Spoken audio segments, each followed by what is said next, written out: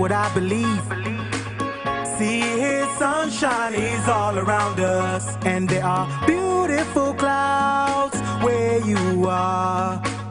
That's how I know that these worries will not last. I can see you've been crying and staying wide awake, asking yourself why the journey is so tough. They say tough times never last, only tough people do. So don't stop believing, I know it's gonna be better. Say la, la, la, la, la, la, la, la, ba-dum, ba-dum, boom, la, la, la, la, la, la, la, la, ba-dum. Can't be loved by everybody, it's impossible, you know. And trust me, it's okay, so let the toxic people go.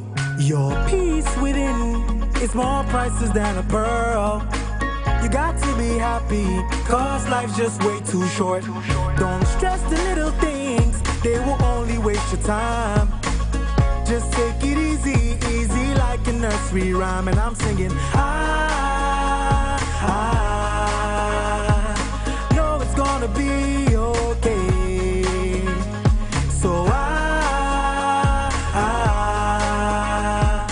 wanna see you smile today. Hey, you just gotta be happy, man. Good days, bad days, it's all part of life. But you must keep the groove on and enjoy every single day. I'm sure you've had some happy days before. So what makes you think you can't have more? Keep on fighting and you'll see. You will soon see rainbows. Hey, come on! La, la, la, la. La, la, la, la. Ba-dum, ba-dum, boom. La, la, la, la. La, la, la, la. Ba-dum, ba-dum, boom. La, la, la, la. La, la, la, la. Ba-dum, ba-dum, boom. La, la, la, la. La, la, la, la. Around the way. Beautiful clouds, where you are, where you are.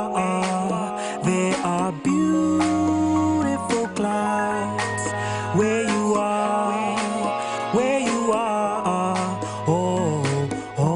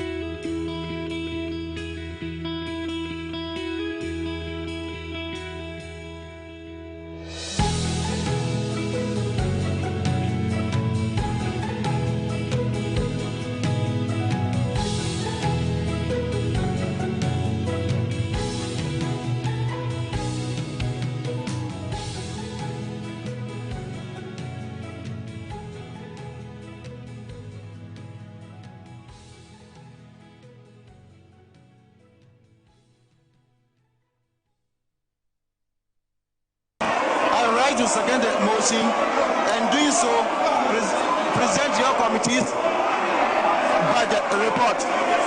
Mr. Speaker, I urge the Hamza department to capture entire report has having been read.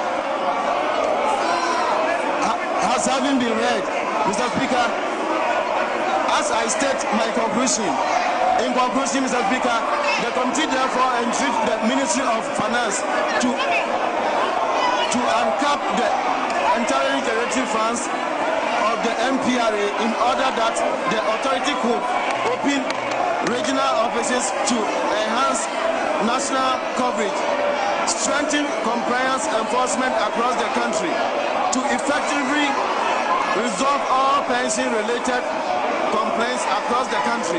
Mr. Speaker,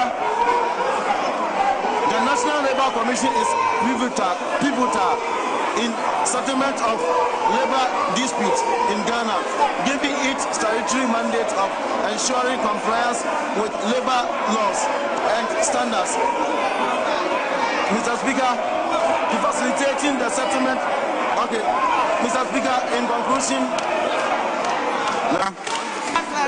Item number 9C is by the Minister for Energy and Green Transition. Mr. Speaker, the Minister for Energy and Green Transition is unavoidably absent, and so I crave your indulgence for his deputy, the Deputy Minister for Energy and Green Transition, who is in the chamber, to lay the work program of the Ghana National Petroleum Corporation on behalf the Deputy Minister for Lands, to lay the paper on behalf of the Minister for work program, the Minister for Energy and Green Transition, GNPC, for the year 2026. Honorable members, item 9C. 9C. Work program of the Ghana National Petroleum Corporation, GNPC, for the year 2026. Honorable members,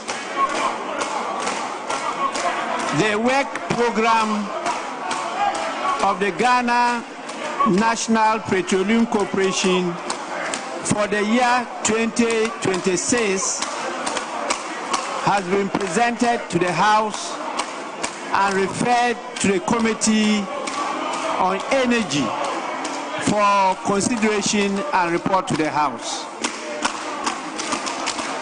Honorable members, we now move to item 25.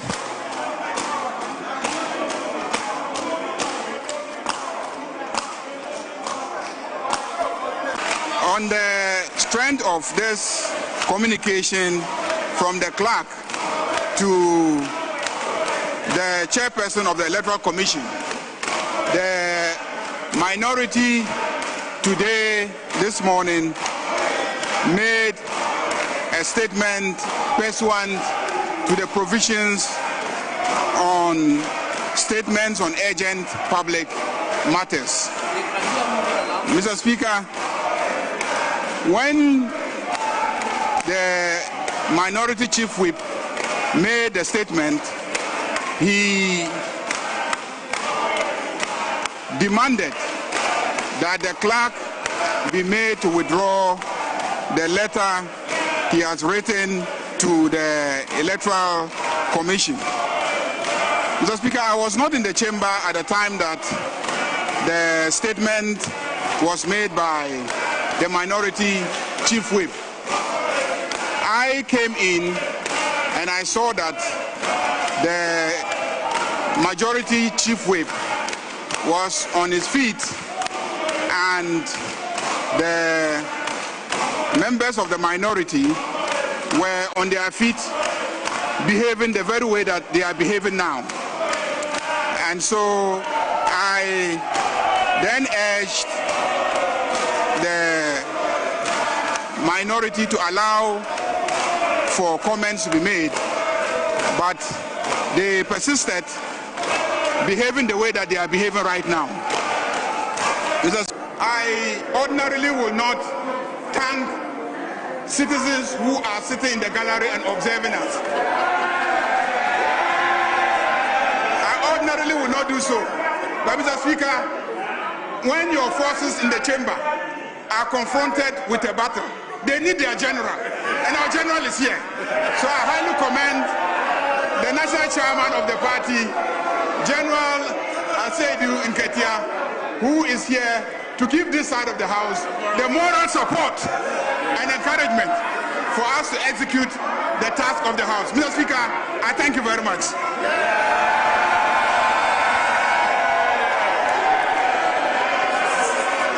Until Pandai is resolved, government business will suffer.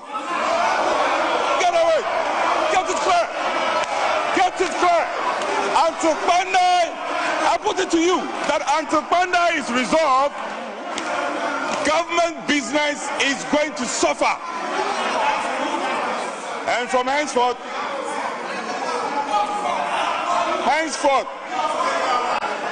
you keep telling us you have 189, 185, and then 4 independent members. Go and marshal your numbers and come and do your business. Until Panda is resolved, we on this side will not cooperate. We are saying it again, we will not cooperate with you.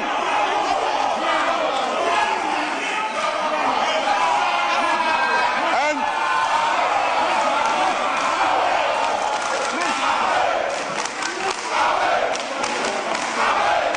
nobody is going anywhere. But we are not moving. We are not going anywhere.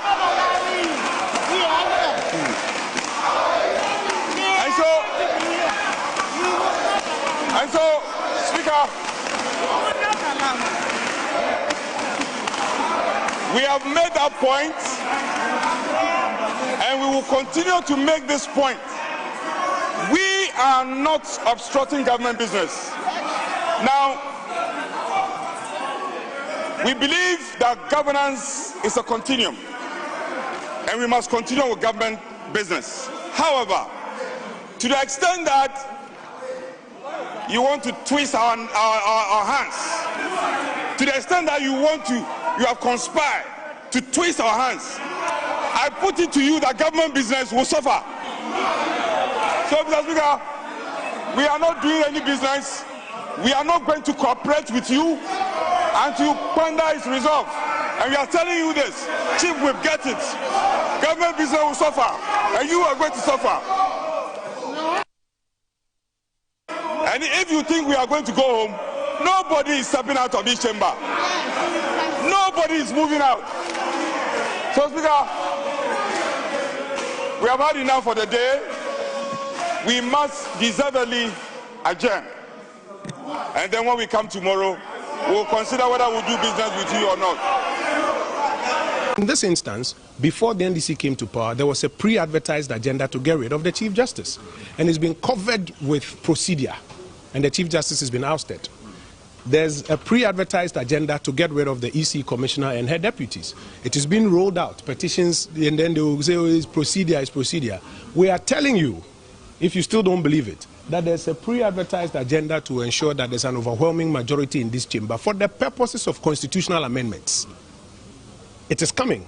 And what we can do is to stand on our feet and to draw Mr. Speaker's attention that he should not buckle to any pressure that is being put on him to declare the seat vacant, because he has already made that ruling. No amount of pressure should be brought on him. Finally, as a caucus, you have made your point clear through your minority chief whip that this particular letter should be withdrawn.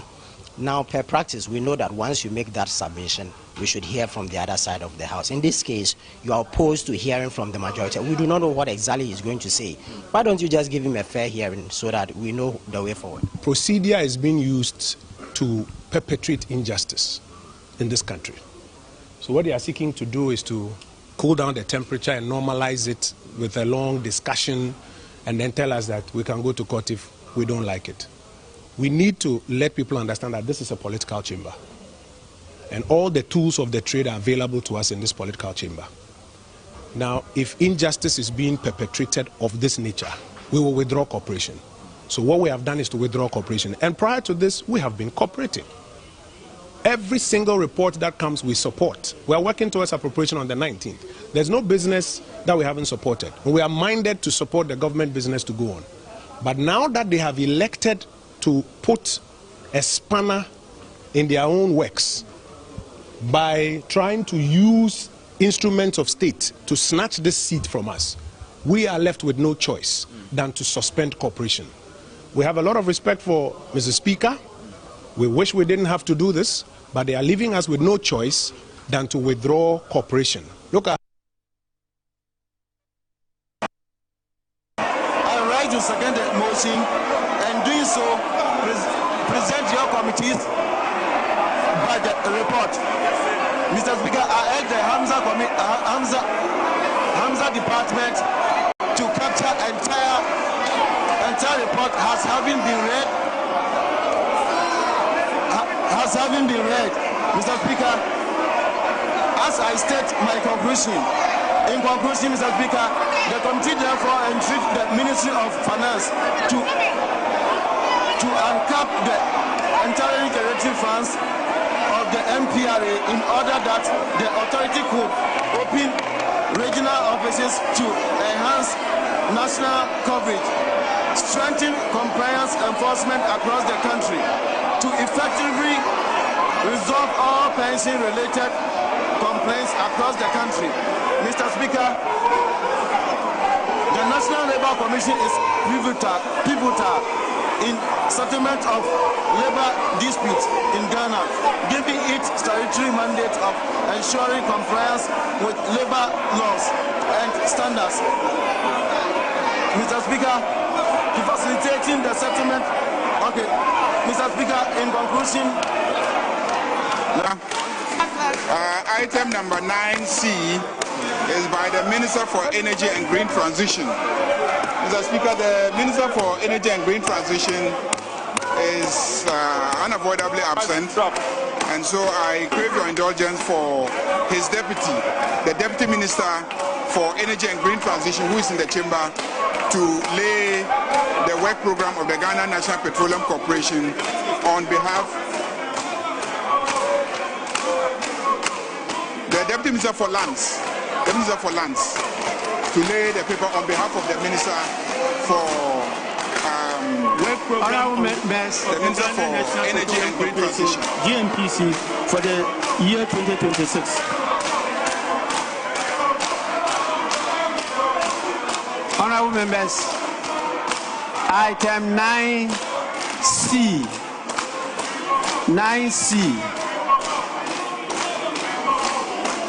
Work program of the Ghana National Petroleum Corporation, GNPC, for the year 2026. Honorable members, the work program of the Ghana National Petroleum Corporation. Until Pandai is resolved, government business will suffer. Get away. Get it clear. Get it clear. Until Pandai, I put it to you that until Pandai is resolved, government business is going to suffer. And from henceforth,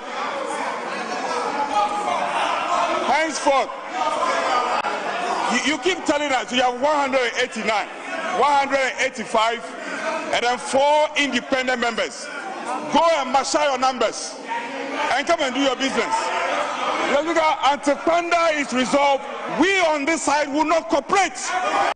Look, the MPP of Darocha, Sakiskek, Victor Owusu, Kofi Buzia, Professor Edubuahin, Alajete, J.A. Kufuor, those men of value, those men of integrity are not what we have today.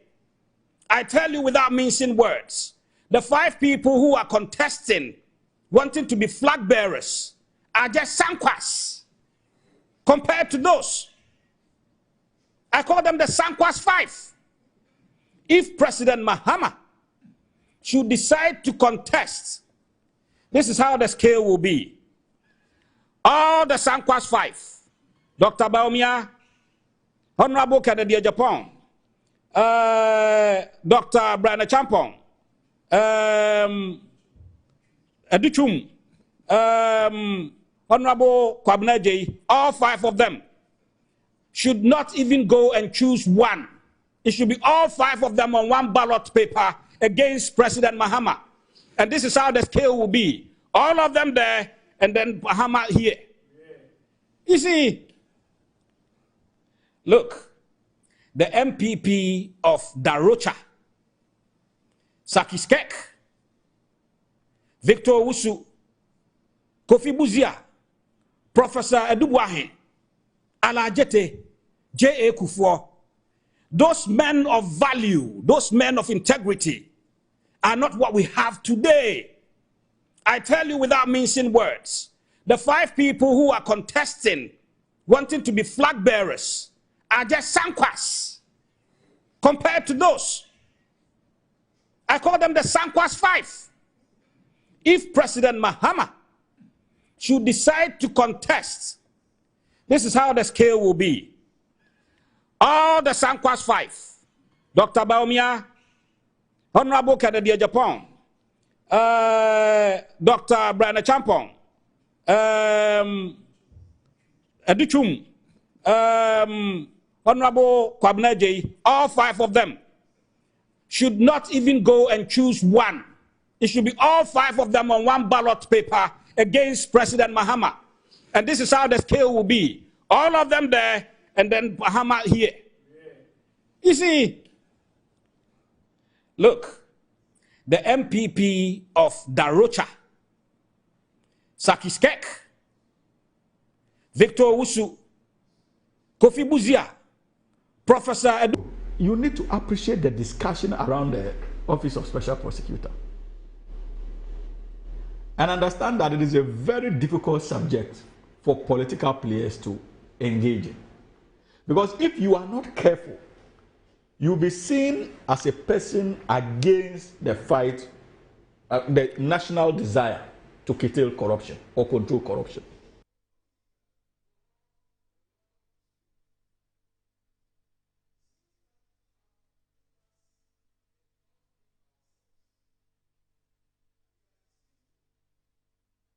The chief of pastor enter his gate with thanksgiving and into his court with praise. Good morning and welcome to day 3 of the Just One Group of Companies Thanksgiving service as we continue to celebrate the faithfulness of God. We are live on Good Morning Ghana and then on Facebook at Metro TV Ghana and then also at Just One Group of Companies. You can join us on Facebook and then go and then enjoy the service with us. This morning it's all about the Thanksgiving service and also we are counting our blessings and we are going to speak to the man of God who is ready to give us the word for today. I'm going to invite him to join me and then we're going to have that conversation. What I'm simply asking you this morning is, what are you grateful for? 3 things that you're grateful for. You have to start counting your blessings. Good morning to you, sir. Good morning. All right, so this morning we are speaking to Apostle Dr. S.K. Amuini. Good morning. We're good to have you here. I want to find out from you. I mean, this is our Thanksgiving service, and then we are thanking God and celebrating God for God's faithfulness. But then I would want us to center on the blessings that we can count in the year. Sometimes we go through stuff and then we forget about ourselves, and then what we are supposed to be grateful for, we are unable to be grateful for, and then we just wallow into the sadness that actually that we went through for the year. I want you to speak to us about the things that we should count as blessings for this year so that we can move stronger into 2026. Thank you very much for having me. We thank God for such a wonderful Just One Group of Company, for setting in every year, setting a special week to celebrate the faithfulness of God. As human, I believe that we must accept the fact that it is never by our might by our efforts, by our intelligence, by our smartness, but it's by the mercies of God that we are what we are today. So when you wake up from your bed and realize that you are still breathing, there is life in you, blood is going through your veins, and know that God has been so faithful to you, the most wonderful thing that you can do is to praise the name of the Lord. And that is why Psalm 150 verse 6, David said something serious here. He said, none of us had no excuse to say we can't thank God. He said, let everything that has breath praise the name of the Lord. It doesn't matter the challenges that you have gone through. It doesn't matter the circumstances that you have gone through. Just understand that you are still alive, and the Lord has been so gracious to your life. So we need to give praise. And one thing is, behind every exploit, there's a lifestyle of thanksgiving.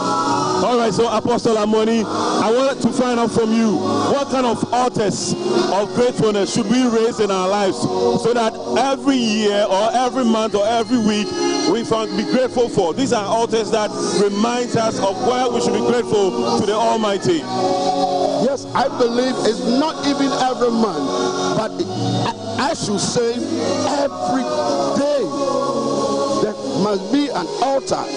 In your morning devotion, you need to give thanks to the Lord for the breath, for He has been so gracious to you. I believe it's not even monthly, it should be daily.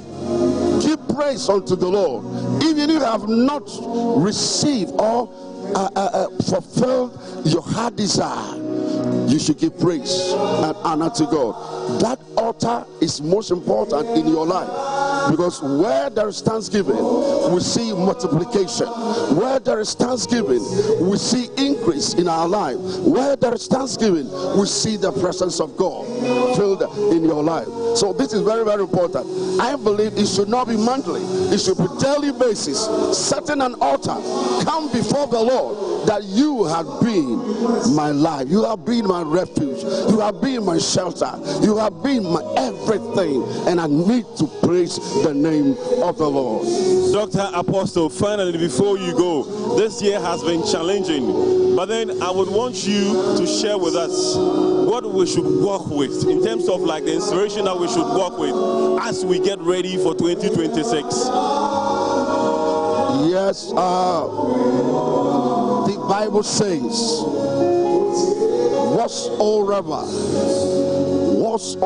has been born of God has overcome our world. And the word world there, the Greek word said cosmos. It means that whatsoever is born of God has overcome the system of this world. So we've gone through a lot of challenges, but God being our help, we will still overcome. And we should also have faith in God that next year He will continue to bless our life. No matter what challenges that you are going through, just trust and believe in Him. Whosoever is born of God has overcome the world. That should be our trust, and we know that He would never leave us nor forsake us. He will be with us. Since January, even up to today, the Lord has been so gracious to you. Why don't you believe that next year He will see you through? Let's believe with this, knowing that God will never leave us. He will see us through, and He will meet everyone at the point of our needs. So this should be your direction and your guidance in Jesus' name. Amen. Thank you very much, Dr. Apostle Amoedi. Thank you very much. And I know that you have a word to give today. So I will leave you to go and get ready for your word. And it's still the 3 day, it's the 3rd day of the Just One Group of Companies Thanksgiving service live here at the Accra High School. We are also live on Good Morning Ghana. We are live on Facebook at Metro TV Ghana, and then also at Just One Group of Companies. We'll be speaking to 1 or 2 more, and then we're going to share with them. They're going to share with us their expectations, and then we're going to find out what they also have to say concerning today. There's a lot of wonderful music going on in the background right now, a lot of praises. People are grateful that God is good and God is always good, because this year has been good, and no matter what you've gone through, God is always there for you. We have life, and life is the most important thing, and God is always our King. All right, so I'm getting ready to speak to another guest who is going to share with us their expectations for today. And it's a whole week of reflecting on the faithfulness of God. This is what Just One Group of Companies we are doing.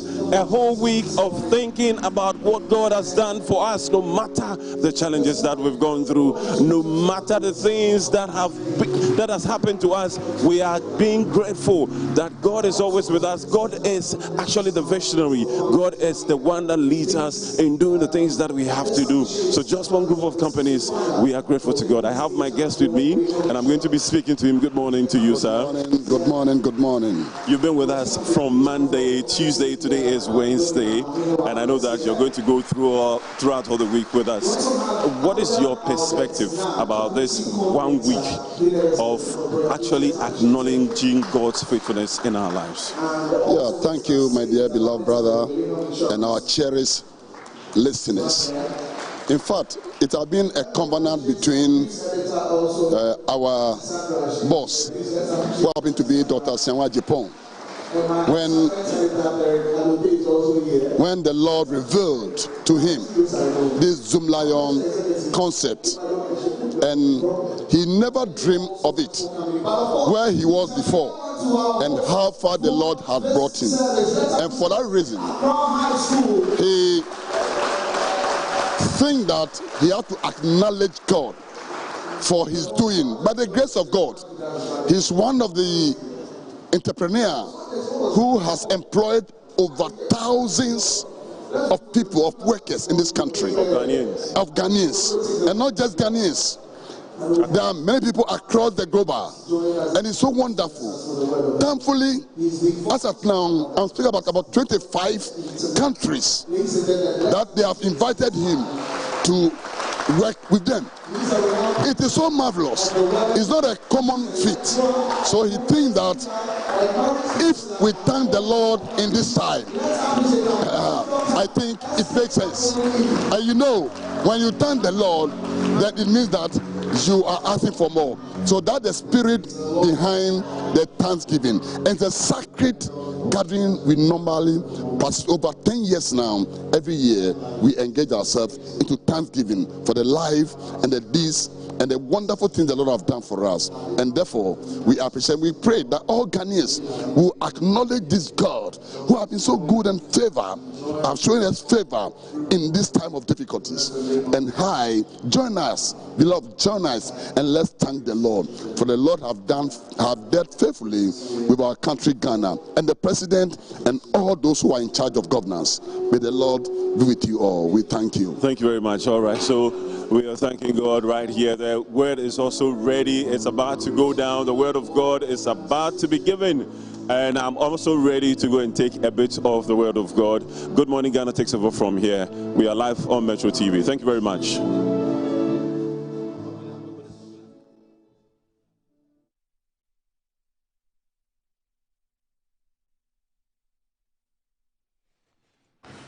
Good morning, good morning, good morning, and welcome to the show. This is Good Morning Ghana on the Metro Television. My name is Aldo Moro. It's always a pleasure to come your way. It's a beautiful Wednesday morning. This is the day the Lord has made. Indeed, we're glad in it, and we want to say big thanks to the Almighty God for His mercies. We're still alive and kicking. We have a rare opportunity of returning here to join the nation's conversation on the big issues that are making the rounds in our dear country, Ghana. Today is the 10th of December 2025, and I say Assalamu alaikum wa rahmatullahi ta'ala wa barakatuh. So we'll go straight ahead and look at what the papers are reporting today. And I'll start with my favorite, Daily Graphic. Daily Graphic this morning says the Ghana loses $3 billion annually to corruption. That's huge, isn't it? Yeah, according to Traj Commissioner. Bandai seat creates chaos in Parliament, and Dr. Omani Boame's funeral is happening on Saturday and Sunday. Yeah, we all will be there to bid him the final farewell. The Ghanaian Times this morning says the 41 illegal forex traders busted in joint police BOG crackdown. And also VIP unveils KGL Eve Medical Center at KNUST to transform mental health care. Experts meet in Accra to deliberate on building resilient healthcare systems in Africa. And as Ghana must iconize Bagbeng, former Kumewu MP. The Daily Guide says that 90 illegal forex traders arrested. This 2026 Pan-African Cardiothoracic Surgery Summit launched. We won't abandon you, MPP Tunyendam. And there's pandemonium in Parliament. Court retains Mustafa Hamid, 9 others at bail terms. The New Crusading Guide says that 18 million cedis debt collation at Gehok State Distillery goes after Kofi Juma, KKB Fosu Enterprise lawyer, and others. APL raises concern over government's lithium rate drop to 5%. OSAT Legal Services PRUC pursues media to retract false audit claim. Minority-majority clash in Parliament over Bandai seat saga. More trouble at Panbros as High Court restrains Chinese national from entering land belonging to Salt Mining Company. Eastern Nzema chiefs cry to IGP president over political hands in Stools affairs. The Insight. Trasacco affirms ownership, dismisses Nugwastu claims over farmlands. And there's Ilapi laments constraints faced by Ghanaian businesses. Unpredictable rainfall affects crop yield and farming schedules. SMG blasts ECOWAS for backing repression and democratic decline in Benin. Eastern Nzema chiefs appeal to Mahama IGP over alleged political interference amid mass protests in the West. Israel's military footprint expands in Eastern Europe. Algeria hosts conference on the crimes of colonialism in Africa. The Herald. Attempts to cover up at $12 million Ijapa royalties rot exposed. Apostles of rule of law want Bandai irregularities whitewashed. 8 billion cedis road maintenance trust fund under audit. And as NDC executives, youth unite in protest against Nantom DCE amid fertilizer diversion claim. And as GEA denies staff sackings, clarifies memo misinterpretation. Misinterpretation, that's what I should be saying. Sorry about that. The Daily Statesman says that the president received Boku P's mediation report on December 16. NALAG raises alarm of assembly members' allowances. NPP kicks against Bandai rerun. APL raises red flags over potential $630 million loss in lithium deal. Ghana's Cybele Energy secures oil block in Guyana. The Ghanaian Publisher. Ghana to lose $630 million with lithium royalty cuts. Minority demands withdrawal of Bandai vacancy notice. Reject the call of SECO funds. Ras Mubarak tells Mahama to refuse a term extension. And the Cybele Energy makes history with Guyana deal. A positive economic outlook to drive growth. Fidelity MD. David Adenze Kanga goes home. Will be buried this weekend. May his soul rest in perfect peace. He was the deputy EC chairperson. Yes, a fantastic guy he was. A speaker gives UG students with hotspot comfort zones. There's ultramodern DVL Center for North Dai through effort of MP. Bagbeng tasked new MPs. And there's at long last, Kufuor blasted Kufuor says some of his policies did not make sense. The Custodian. Fearless, fair, and reliable. Bamia Salute Star Oil Ghana for fuel now, pay later scheme. And there's withdraw Bandai seat vacancy letter to EC. Minority tells Bagbeng. Holds approval of lithium mining deal, IEA to government. There's NDC youth chase Ashanti region chair for jobs. Cybele Energy secures oil block in Guyana as a trailblazer. President Mahama, so with the Daily Post, and that's the last but not the least, definitely and certainly, It says that President Mahama calls for Africa's health sovereignty through local manufacturing. We won't be distracted. Ayariga to minority amid Bandai protest. And the also Parliament approves budget allocations despite minorities' chaotic scenes over Bandai dispute. All right, so that's it for the front pages of the newspapers and on Good Morning Ghana. So, as I always do, I'll tell you who my guests for the show today are. So here we go. Eric Amwakochum. He hasn't been here in a while, has he? Yes, but he's here today. Eric Amwakochum, fantastic gentleman. He's a communications team member of the New Patriotic Party. But he's very passionate about government issues as well, that I know. And also, Mr. Kwesi Pratt Jr. is former managing editor of the Insight newspaper, a strong and passionate Pan-Africanist as well. All right, so that's it for today. But what are the key issues? So there's a political drama in Parliament. I'm sure you all watched it on TV for almost 2-3 hours. We were all glued to our sets watching that pandemonium or that confusion or the chaos in Parliament. We'll talk about that. There's calls to scrap the office of the special prosecutor. Well, the calls appear to be growing. The calls appears to be deepening. We'll see how that goes. I'll pick the thoughts of my guest on that.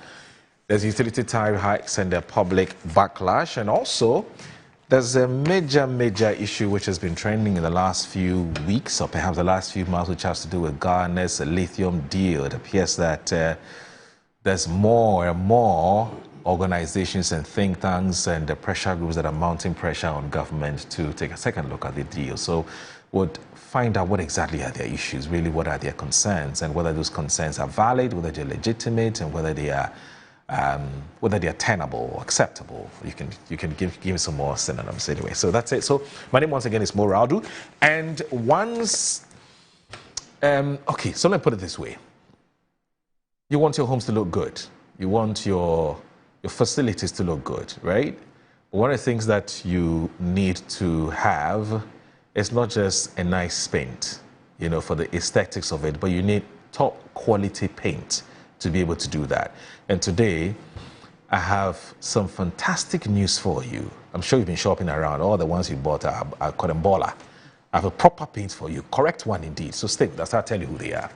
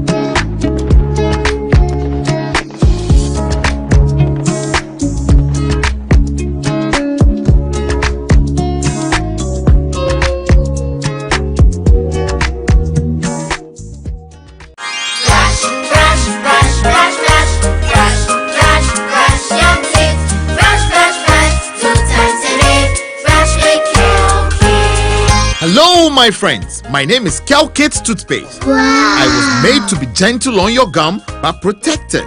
I will protect your teeth from cavity, make your teeth whiter, stronger, keep your mouth fresh all day. And best of all, I'm strawberry flavored. So put on a smile and try me. That's amazing. Just try me. That's my job. If you say so, jump on my brush. Makes your teeth stronger, chicky whiter, chicky stronger. Yay! You did it! I'm glad you like your new toothpaste. Don't forget to brush both day and night. Kel Kids, happy smile.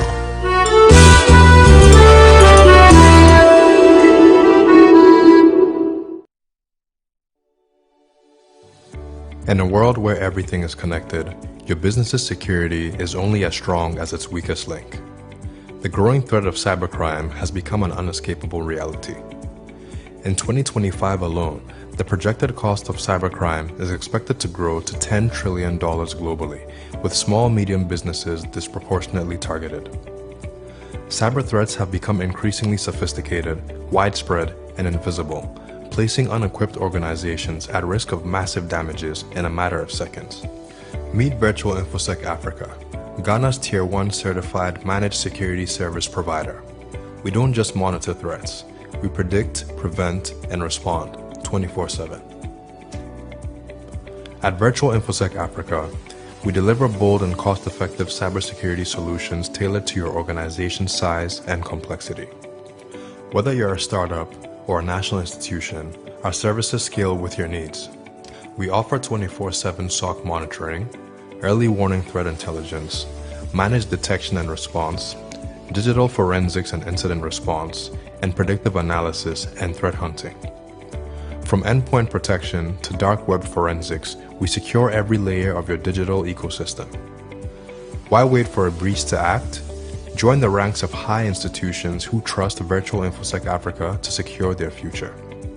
Start your 3-month free trial of our early warning threat intelligence platform today. For more inquiries, contact 055-689-2086 or visit our website at www.virtualinfosecafrica.com. Yes, next. Hey, Nadia Benson, Asamo. Me didn't tum. Mr. Freddy Calico, just call me cockroach. Now, Mr. Freddy once now. Hey, that's you. Improve car. Yeah. Captain Mosquito, double the action.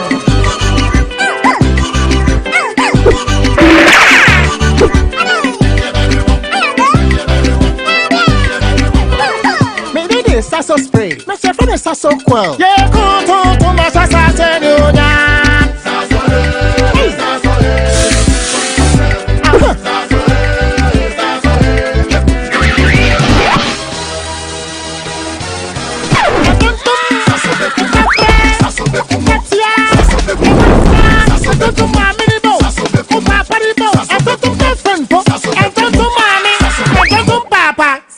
Come on, Tom Preco.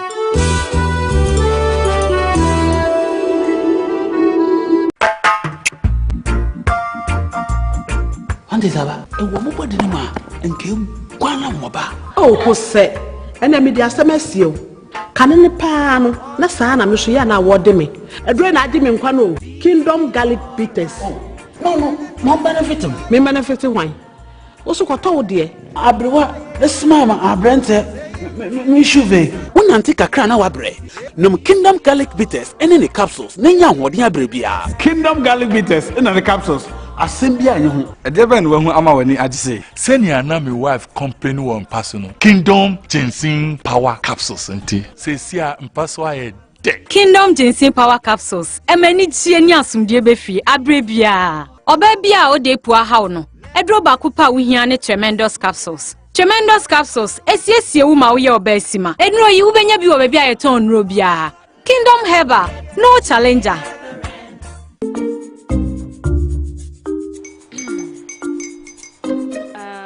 Kwame and his uncle are almost here. Wait a minute. This one too, your friend Kwame. Wait, Kwame. As in the same Kwame again? Yes, Mommy. The second coming. Into all this tension just to reintroduce that broke boy from Kaswa. Why would you deceive the family like this again?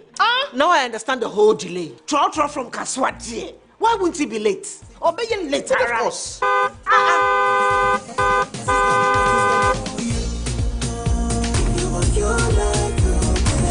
712 hash, star 712 hash. Yeah, you go be the luckiest. Coffee from Georgia be luckiest. From Natebia, she be luckiest. Yeah, you go be luckiest.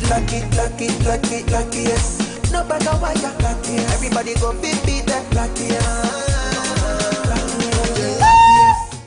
God, Kwamio! Send your God up boom. If you put it at so would the coming of the Son of Man be. Hey. Is that his car? Ha! Even now, your shadow the way designer. I use my own mouth to reject him. Oh, this is my mouth. Look at that. Kwame, my son. Now, tell me the truth. How did this all happen? Oh, mommy, simple direction. Mr. Goodluck no check me way. Yeah, man. Easy car. Or dial star 712 hash. The devil is a liar. He picked his ticket and entered his lucky 5-digit number. I'm a baby. Oh, how romantic. And he followed the prompts, yes. And then boom, confirmation test. One quick, pick 5 numbers for me, okay? I'm feeling like 7. Dial star 712 hash. Choose your ticket. Enter your lucky number. Follow the prompt and let destiny handle the You see how they love you now? Yo, do you have family payment seminar? Before December, may release a motivational album. Fatapa, my super. This promotion is regulated by the NLA on the Caritas platform. The biggest cultural explosion of the year is here. The Afro-Brazil Ghana Festival 2025. December 12th and 13th at the Kwame Nkrumah Memorial Park and Mausoleum. It's coming alive with 2 unforgettable days of culture, food, fashion, and music. Enjoy electrifying performances from Fancy Gadam, Adam, Go Get 'Em Episode, Wiyala, Amanziba, Big Twins African Music, and Dance Ensemble. Simon from Burkina Faso. And representing Brazil, a lead crew. This historic festival is organized by Big Twins African Music and Dance Ensemble in collaboration with the Embassy of the Federated Republic of Brazil in Accra, supported by Ministry of Tourism, Culture and Creative Arts, Ghana Tourism Authority.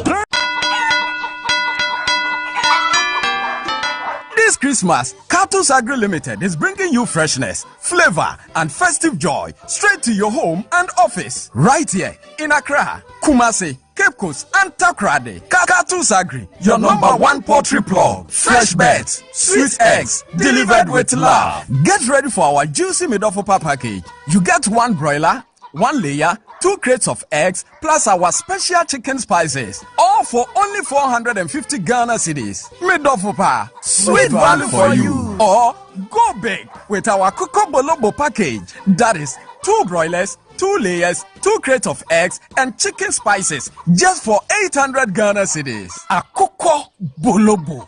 More chicken, more joy. And for families and corporate bodies ready to feast, try our Odon Sada package. 3 broilers, 3 layers, 3 crates of eggs, plus spices for only 1,200 Ghana cedis. Order now, enjoy more. And the best part is, corporate orders come with free delivery. Terms and conditions apply. Call us now. 0558 376127 or 0241 674268 or 020-331-5557. This Christmas, choose Cartus Agri Limited. Cartus Agri Limited. Freshness you can trust. It's happening this December. It's the biggest, the largest, the Boshills Jollof Party Festival. It is the Metro Jollof Festival happening on Saturday, 20th December 2025 at the forecourt of Metro TV. It is an all-day event with opportunity for exhibitors to sell this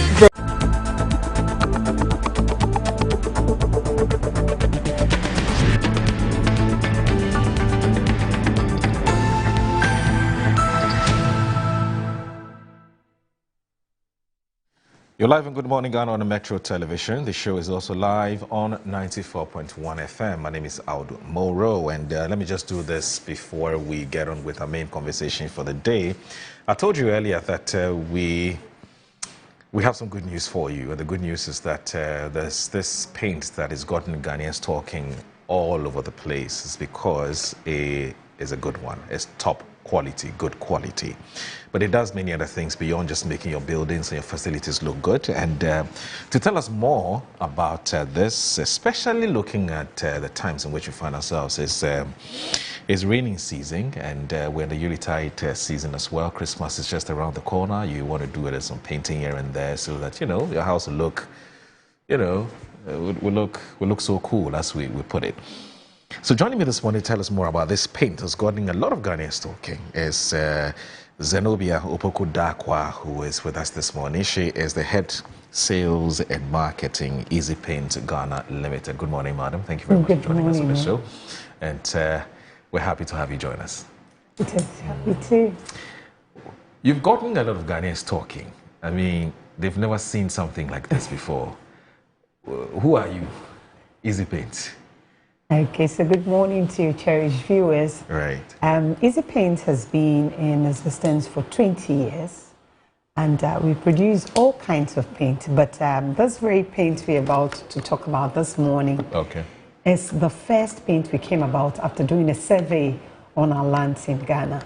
So we got to see that many of our homes, because of the land that we are on, many of the lands when you go to buy in the dry seasons, you don't see the problems on them unless it's the rainy season that you get to see actually the land that you've bought. So we saw most of the homes end up, you go and you see the scrapings, the walls peeling, and you get cracks and things on the walls. Some of the homes become so nasty, you get to see water seeping from the floor. So we came about with this paint that we are talking about today called the Easy Waterproof Paint. Okay. And I know many people will be wondering why we use the basket. Yes. You know, we have this proverb that says you can use the basket to fetch water. Right. Yes. So we wanted to prove the elders a little bit wrong. Aha. So the paint you see in this basket is the Easy Waterproof Paint. Okay. So on the outer side, you see this layered one. That is the waterproof paint. Okay. And in the inner side of it, what is the shiny side, is the top up. What you top up on the waterproof when you're done. Okay. So it's the acrylic. Now, I'll help us do a little bit of demonstration. Okay, that's fine. So I brought a little water with me. Yeah. So this is normal water. I got it from here. Okay. This is our water. So this is Metro water. Okay. So this is it. This is it. It's going in the basket. Okay. And that's it in there. There's no leakage anywhere. Okay, so I want us to wait a little. Okay. Then I'll pass it over to you and then maybe you can test. So this is it. Yes. And this is how it works. Okay.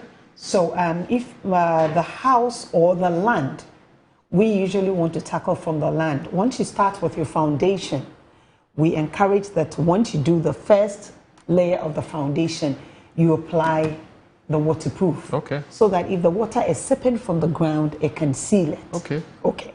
If the house has already been built, or you've moved in and you've just realized that you're having these problems, it can still work on it. Okay. But we'll just do a little digging around the ground, let the waterproof go in there, then we'll come to the walls.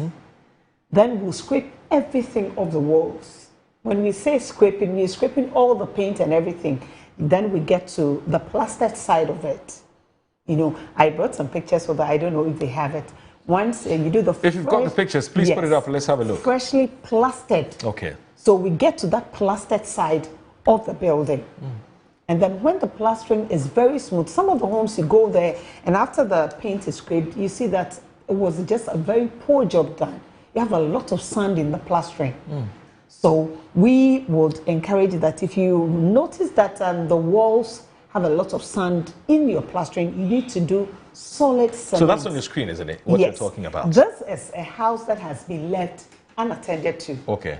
And with this house, you would have to do a thorough cleaning before you apply the waterproof. Right. Because you see all the fungi and everything. Yes. Good. So you do thorough cleaning. And when I mean thorough cleaning, we are cleaning. So you send the water tanks there. Then we have this iron brushes with, soapy water. And then we do a thorough cleaning. So it gets to the stage that it was freshly plastered. When it's dry, then we can apply the waterproof. One thing with the waterproof is if the surface to be applied is very dirty, it won't work. If the surface is has water in there, that is, if the place is not properly dried, it won't work. So we encourage that you do a thorough cleaning, you do a thorough drying before you apply the waterproof paints. That's interesting. And can it treat concrete, roofs as well? Best. This, you see, Show me how. This product works on every surface. Yes. So on the concrete, what it does is we do, you see, like the young man there. This is a concrete roof? This is a concrete roof. So first, every step before you do anything, this is a cleaning I was telling you about. Yes. We need to do thorough cleaning, wait for it to thoroughly dry. For outside, we encourage a day to dry. Okay. For the inside, we encourage 2 days for drying after the cleaning. Then we do the application. You just mix with water. So your first application, you need the texture to be very light, just like the water. Okay. But a little bit thicker than the texture of water. Right. That is your first application. Okay. Then you leave it for a day to dry. Then the next day, you come and then you do the second application, Okay. which is thicker, like the thickness you're seeing on the basket. That is your second coat. Leave it to dry. Then you come and top it up Okay. with the acrylic. Okay. Yes, that's how it works. But what if the roofing is made up of roofing sheets? Good. It still works on that. Okay. So you see, I was showing you the colors that we have. Yes. It comes in all colors. So if your roof is the very old ones, Yes. we'll still have a color for you. Okay. If it's this new ones, once they finish the laying, like you're seeing on the screen, these are very new roofs that have been, put in there. Okay. And once they do the laying, you see a little spaces in there, but you wouldn't notice that there's a problem with it unless the rain very heavy. When the rains come very heavily, then you start getting the impact from the room. Usually you wouldn't see anything, but it starts in a very small way, giving you like the marks of, drawings. Yes. A little bit. You see it a little bit and then you just brush it aside. Oh, Right. this is nothing. Maybe Yeah. it's just something that is there. But it is just telling you that there's a problem with the roof. So we do the roof itself, then we come inside the room and then we do the roofs also from up there. Wow. So you don't necessarily need to change the roofing sheet. You don't necessarily have to. Okay. But are there instances where you may have to? May have to. Are there instances like that? That depends on the person. Okay. Some of the homes are very old. It's been passed on from generation to generation. And they would want to change. Some, once they get to know of the waterproof paint, they don't want to change again. Yes. Because once you do the cleaning, most of them is the dust and the dirt that makes it very unbearable. So once it's cleaned, you can recognize or you can see from where all the problems is, and then we treat it, and it stays like that. And it seals it forever? It seals it. Forever? Forever. Wow. Forever. We don't have to call you back in a year and say, well, leakage come again. No. That is why I'm telling you that if you don't even use people to do it, and you bring your own painters, we will show them the exact way to do it. Okay. Yes. Okay. You see, this basket, from the time I pour the water in it till now. I'm looking out for the leakage. I can't find Good. it. So that is how it solves the problem. Because we did it the correct way. We did the cleaning the correct way. Okay. We waited for it to dry. The reason why we want it to dry is when the place is dried, then you can, see where all the cracks and the little holes in the places are. So we encourage that for your first coating, we'll do it in white. Once you use white, you see where all the problems are. Yes. Yeah. Then the second coating, you can do the favorite color of your choice. Okay. Yes. My production team is telling me that if you should raise the basket, isn't it? You mean your basket? Yes, raise it a little bit so that they can show. Yes, that's it. This is more than enough evidence that. And we still have the water in it. Yes, that we're talking about a good quality products. But you talked about walls. You talked about roofing sheets. Are these the only surfaces that you can apply the paint on? No. Tell me more.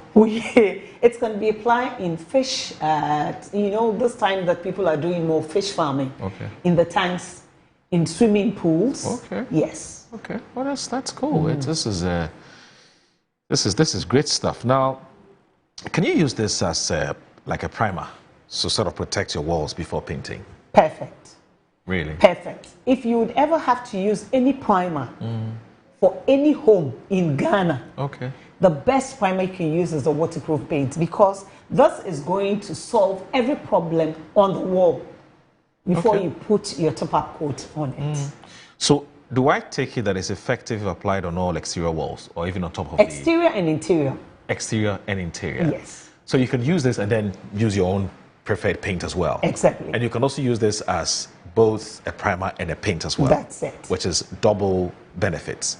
You use this as the primer, and then you use the acrylic. We have two types of the acrylic. Okay. So it's either you use the acrylic matte or the semi-gloss, which is in the basket. Right. Yes. Right. And they're both washable. Oh, they're both washable. So when it's outside, once it rains, we are good to go. When it's inside, and maybe you have hands or other busy places, so you get a little dirty, you just do some soapy water like this in the basket. But I think that based on everything you said, Zenobia, it appears that even if you have the product, it would be advisable to team up with your people, because of the kind of expertise that they have, isn't it? Yes. Yes. Because you could buy the product and not gain maximum benefit from, because you may have missed out on, you may not have gotten it right in terms of how to apply it, right? Yes. Based on everything else you've said, even though people are free to go and secure the services or whatever, but it will be the best thing would be to work with your people. Yes. Okay. But our people are a little busy at this time of the month. Yeah, well, so we encourage, it's not surprising. We encourage that if you have a painter, usually we have a very good painters that we trust. Okay. So once you're coming to buy the paint, we encourage you come with a painter. Okay. Then we give them the very good steps to do the good work for you. Yeah. I see. So choose the best and forget about the rest. That's right. Anyway, so what are your concluding remarks? So if somebody wants to get in touch with you, for instance, I mean, what do they have to do? Okay, so our main office is at Tabeka Junction. Okay. From the main Achimota to Circle, we're just beside the Shell filling station. Okay. But from the road of Circle going to La Paz, we're opposite the Allied filling station. Okay. You can give us a call on 0243 707696. 0243 707696. We have another big shop at Tudu, just opposite the Lebanon House. Okay. And aside that, any other place that sells hardware building materials, just go look for the bucket with easy waterproof written on it. It comes in these two sizes, the 15 liters bucket and the 5 liter bucket. Okay. These are the sizes that the waterproof comes in. And make sure you see the waterproof written on it and the seal not broken. Are there any promotional sales happening when the season? Yes. Yes. You have something for us? Yes, we have something for all our beautiful and loyal painters. Okay. So once you come in, you just tell them you're a painter and you're coming for the season greetings with the painters. And that's it? That's it. Enjoy how much discount? They know. They know because it started last week. Okay. So most of the painters are enjoying. Okay. Most of the painters. So and take advantage of those into real estate also. From 10%. Yeah. From 10%. Oh, that's good. So take advantage of the season and try it and testify that you made a good decision. All right, then. Zenobia, thank you very much for your time. Zenobia Opoku-Darkwa is Head of Sales Marketing with Easy Paint Ghana Limited. So you've heard it all. I don't need to say much. Just call them, 02, the number again, let me, I guess you 0243 yes 70 yes 76 yes 96. Right. So I'll repeat that. So 0243 707696. So 0243 707696. Please give them a call and thank me later. Thank you. All right, have a good day. Thanks for joining us. All right, so that's Zenobia Pogudakwa talking to us about this fantastic product that's Gordon Ghana is talking everywhere, because a solution has been found to that problem that you've always complained about. I know a couple of people who have complained to me about leakages and things, and they've been struggling to figure out how to deal with it. And so a solution is right here. So, yeah, so call them and they will sort you out. Anyway, so this is Good Morning Ghana on Metro Television. My guest already seated. Ted will be joining us shortly. Please stay with us. Don't go anywhere.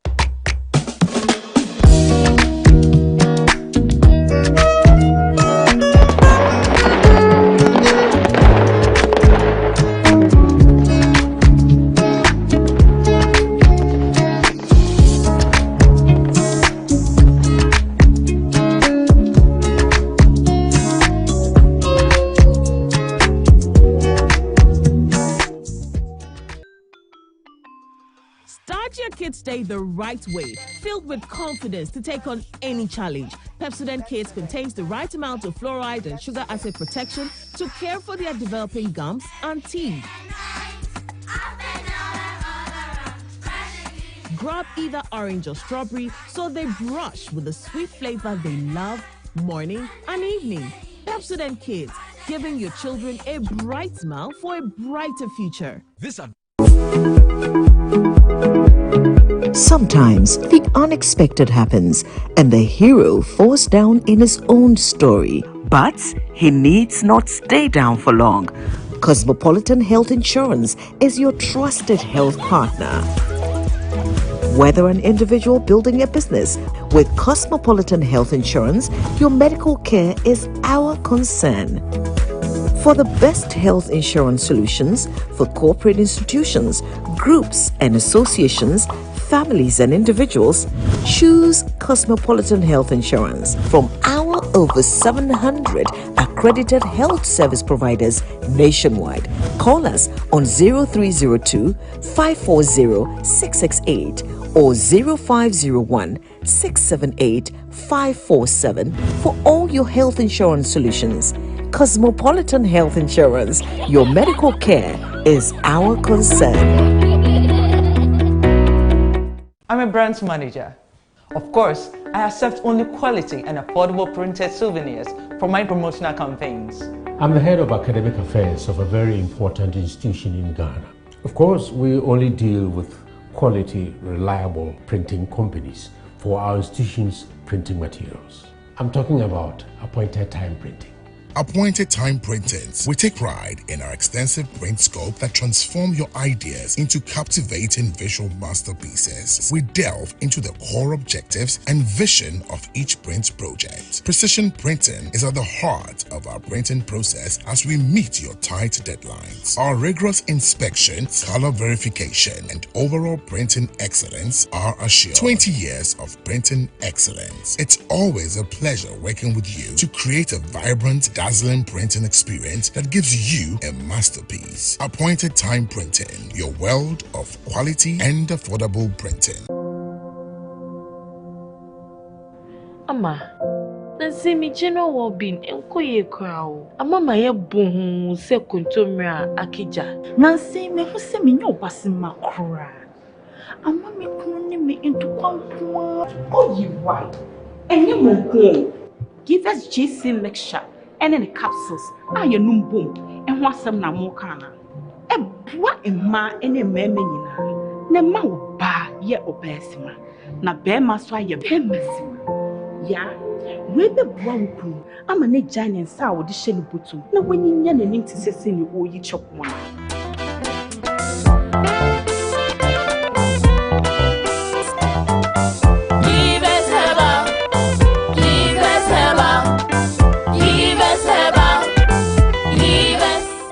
Give us GC mixture and a castle. Achesa. A pay for a batter, one more menu for one and Quadawi if you do me. The festive season is here again, and your most preferred estate partner is giving you 25% discount on land sale. Yes, for our Bronya Asase promo, Estate Masters is offering this massive discount for outright purchases. This includes free indenture, free site plan, and a free site visit. So what are you waiting for? Rush now and secure a plot of land while it is still hot. Reach out to us using the numbers below or visit our website at www.estatemastersgh.com. Estate Masters, your most preferred estate partner. Wabedum time aso. Hey, J. Watch it, na learning. Missy, watch and learn. Makwaya mabesisia. Abozing. Akache say no ya konate and the more drink woman. Hey. But I didn't mean. Oh, sorry. She knew her old days. Eji, Dabio, baby wom. Ready? Hey, baby wom. Ah, Eji, I'll cause some discomfort. Ah. Sorry, well, uncle, where would the dad? Why your funeral? Say a sorry insecticide GB at a user. For pharmacy in a shop biam. Na mum say a pharmacy supermarket and a shop ra. Na repedudu to a cotonwa. On for Royal Dutch and our Aerofield Trading. Effie spray with Daimwa. Change.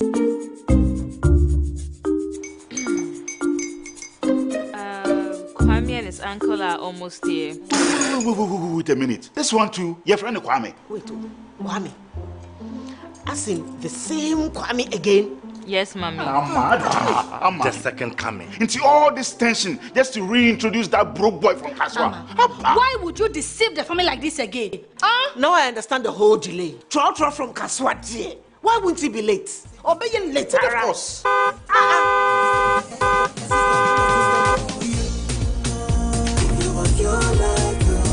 Star 712 hash, star 712 hash. You go fit the luckiest. Coffee from Georgia be luckiest. From Natepia cause she be luckiest. Yeah, you go fit be luckiest. No matter why you're luckiest. Everybody go fit be that luckiest. That Kwame! Send your God up boom. If you put it at so would the coming of the Son of Man be. Is that his car? Ha! Even now, your shadow the way designer. I use my own mouth to reject him. Oh, this is my mouth. Look at that. Kwame, my son. Now, tell me the truth. How did this all happen? Oh, Mommy, a simple direction. Mr. Goodluck no check me way. Yeah, man. Easy car. Or dial star 712 hash. The devil is a liar. He picked his ticket and entered his lucky 5-digit number. I'm his baby. Oh, how romantic. And he followed the prompt, yes. And then boom, confirmation test. One quick, pick 5 numbers for me, okay? I'm feeling like 7. Dial star 712 hash. Choose your ticket. Enter your lucky number.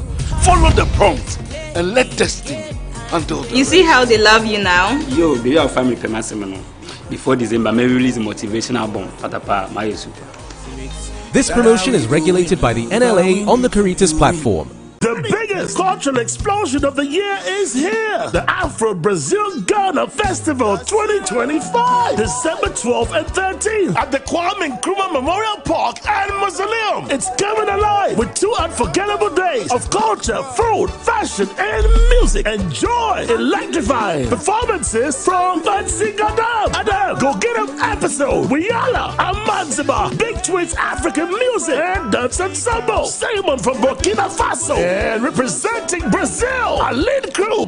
This historic festival is organized by Big Twins African Music and Dance Ensemble in collaboration with the Embassy of the Federated Republic of Brazil in Accra, supported by Ministry of Tourism, Culture and Creative Arts, Ghana Tourism Authority.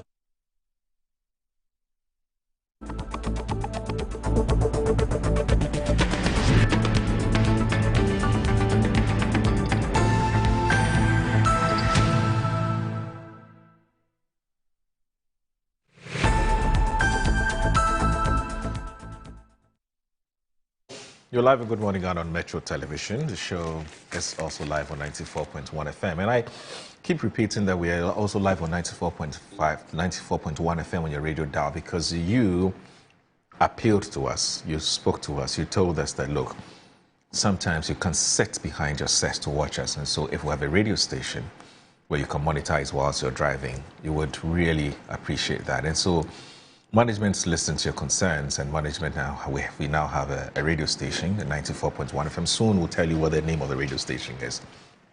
But for now, it's just 94.1 FM, so that you can monitor keenly the discussions that we have here, because you don't want to miss a second on Good Morning Ghana. You love the conversation, love the quality of the guests we bring here, and the quality of the moderation and so on and so forth. So we don't want you to miss out, and that's why we have a radio station. It's 94.1 FM. Please tell a friend to tell a friend to tell a friend that Good Morning Ghana is also now on radio from 7 a.m. to 10 a.m. Of course, occasionally, depending on the circumstances that we find ourselves, we go beyond 10. But officially, from 7 a.m. to 9:55. That's what I should say officially. Of course, till further notice. So my guest here, Eric Twum, is a member of the MPP's communications team. He hasn't been here in a while. He's been very busy, I'm sure, doing other things. And also Mr. Kwesi Pratt Jr. is also here, former managing news editor or former managing editor of the Inside News. So, gentlemen, good morning. Thank you very much for joining us on the show. Good morning. It's always a pleasure to have you here. So, Eric, you went AWOL. You know, we haven't seen you here in a while. What have you been up to? Well, I mean, of course, if you invite me, I come. I need to if you make her feel bad, she would phone in. All right. I don't know. I mean, I don't think it has anything to do with you. I mean, right. But of course, it's always good to be back on Metro TV. Right. Last time I was telling somebody, I think I've been doing this thing for like more than 12, 13 years. Wow. I need you guys, you never sent me anything, like flowers or anything, to say that, why? Trouble. And then when I go for a few months, then you start looking for me. But that's all good. So we go bring you. We'll bring me something, yeah. But it's also a great opportunity to say good morning to Uncle Kwesi. I haven't seen him for a while. And then yourself. I mean, anytime I see you, it brings some memories. I don't want to bring it up this morning. Especially our good friend Mutala. Yeah. But again, like we're saying, it brings all of these things into perspective when we do this politics every day. We should also remember that we are mortals, we're just mere mortals. And everything that we do should actually be based on principle. And it should inure to the benefit of the Ghanaian people. And then you have a legacy that you would be remembered for. So, I mean, whilst you can do the hurly-burly parts of the politics and, you know, try to get one over each other, I think that we have to be a bit more circumspect of how we communicate and even the actions that we take. Right. You know, so yeah. So I've been on a campaign, as you know. I'm campaign spokesperson for Dr. Bryony Champong, and we've been on the trail for the last few months. I happen to be in Accra for a while, so your good self and your team decided to also invite me to come and grace your platform. And it's going very well as we speak. We're finishing Western, we're going to enter Western North very soon, and it's looking very good. Okay. That's interesting. I mean, but you're one of those people who's ship jumping, if there's any, I hope I got that correctly. When I say you jumped ship, you know, you decided to abandon one candidate to join the Bryony Champong campaign, and it got a lot of people questioning what's happening. Actually, there are some persons who aligned to the other candidates who said, well, you know, if people like Eric Twum has abandoned the other candidate, I don't want to mention names, that should tell you that something is happening. So basically, what informed your decision to change course? Let me put it that way. No, I mean, I think that the same principle that underpinned my support for the former vice president. Okay. It's the same principle that applies today. And I believe that, I mean, if you put it that I've abandoned ship, it looks as if that I've crossed carpet from the MPP to the NDC. But I mean, I think that we are one big family. I still hold a lot of respect and hold the former vice president very high esteem. And I believe that I'll forever be grateful for the opportunities that he has given me. And I'm sure he also appreciated that I served diligently. And you know my politics, I don't really engage in any of these things. So I will leave it as that. But I believe strongly that we're on the cusp of something totally different. We went into an election and we lost. And we didn't just lose, we lost abysmally. Some of the issues can be attributed to all sorts of things. But the reality is that every election is different. The dynamics are totally different. Going to the 2028 election, I believe strongly that the very principles and the reasons why I backed the then candidate is the same reason why I'm backing Dr. Brian Acheampong this time. To be able to be the candidate that would give us that opportunity to unite the party, the entire rank and file of the party uniting behind his candidature, and then bringing us victory in 2028. Because I always believe that the sole aim of every political party is to win elections, right? And so if that is taken away and now it's basically being sort of governed by emotions and sentiments and conventions and traditions, then it moves away from the real core values and the reasons why that political party was formed to start with, which is to win political power, form a government, and put together policies and programs to inure to the benefit of its people. And that's essentially what I have done. So I'm not going to go into detail as to the reasons why and all of that, but I believe that in all sincerity, Brian Acheampong has what it takes to lead this country. He has if you like, the academic gravitas, if you want to put it that way. He has a business and entrepreneurial track record that is there for everybody to appreciate. His public sector experience in terms of public service is also there as a member of parliament, 14th member of parliament. So if you bring all of these things together, it's almost as if that you have a candidate that has become a hybrid between the technocrat and academic and a businessman put together. And if that's what we want, with a candidate that has that vision to, one, create jobs for young people in this country, to build infrastructure, bold initiatives when it comes to infrastructure to advance the development of this country and all of these things, then this is a candidate that we have to support. I mean, so not to turn this into a personal campaign platform. Right.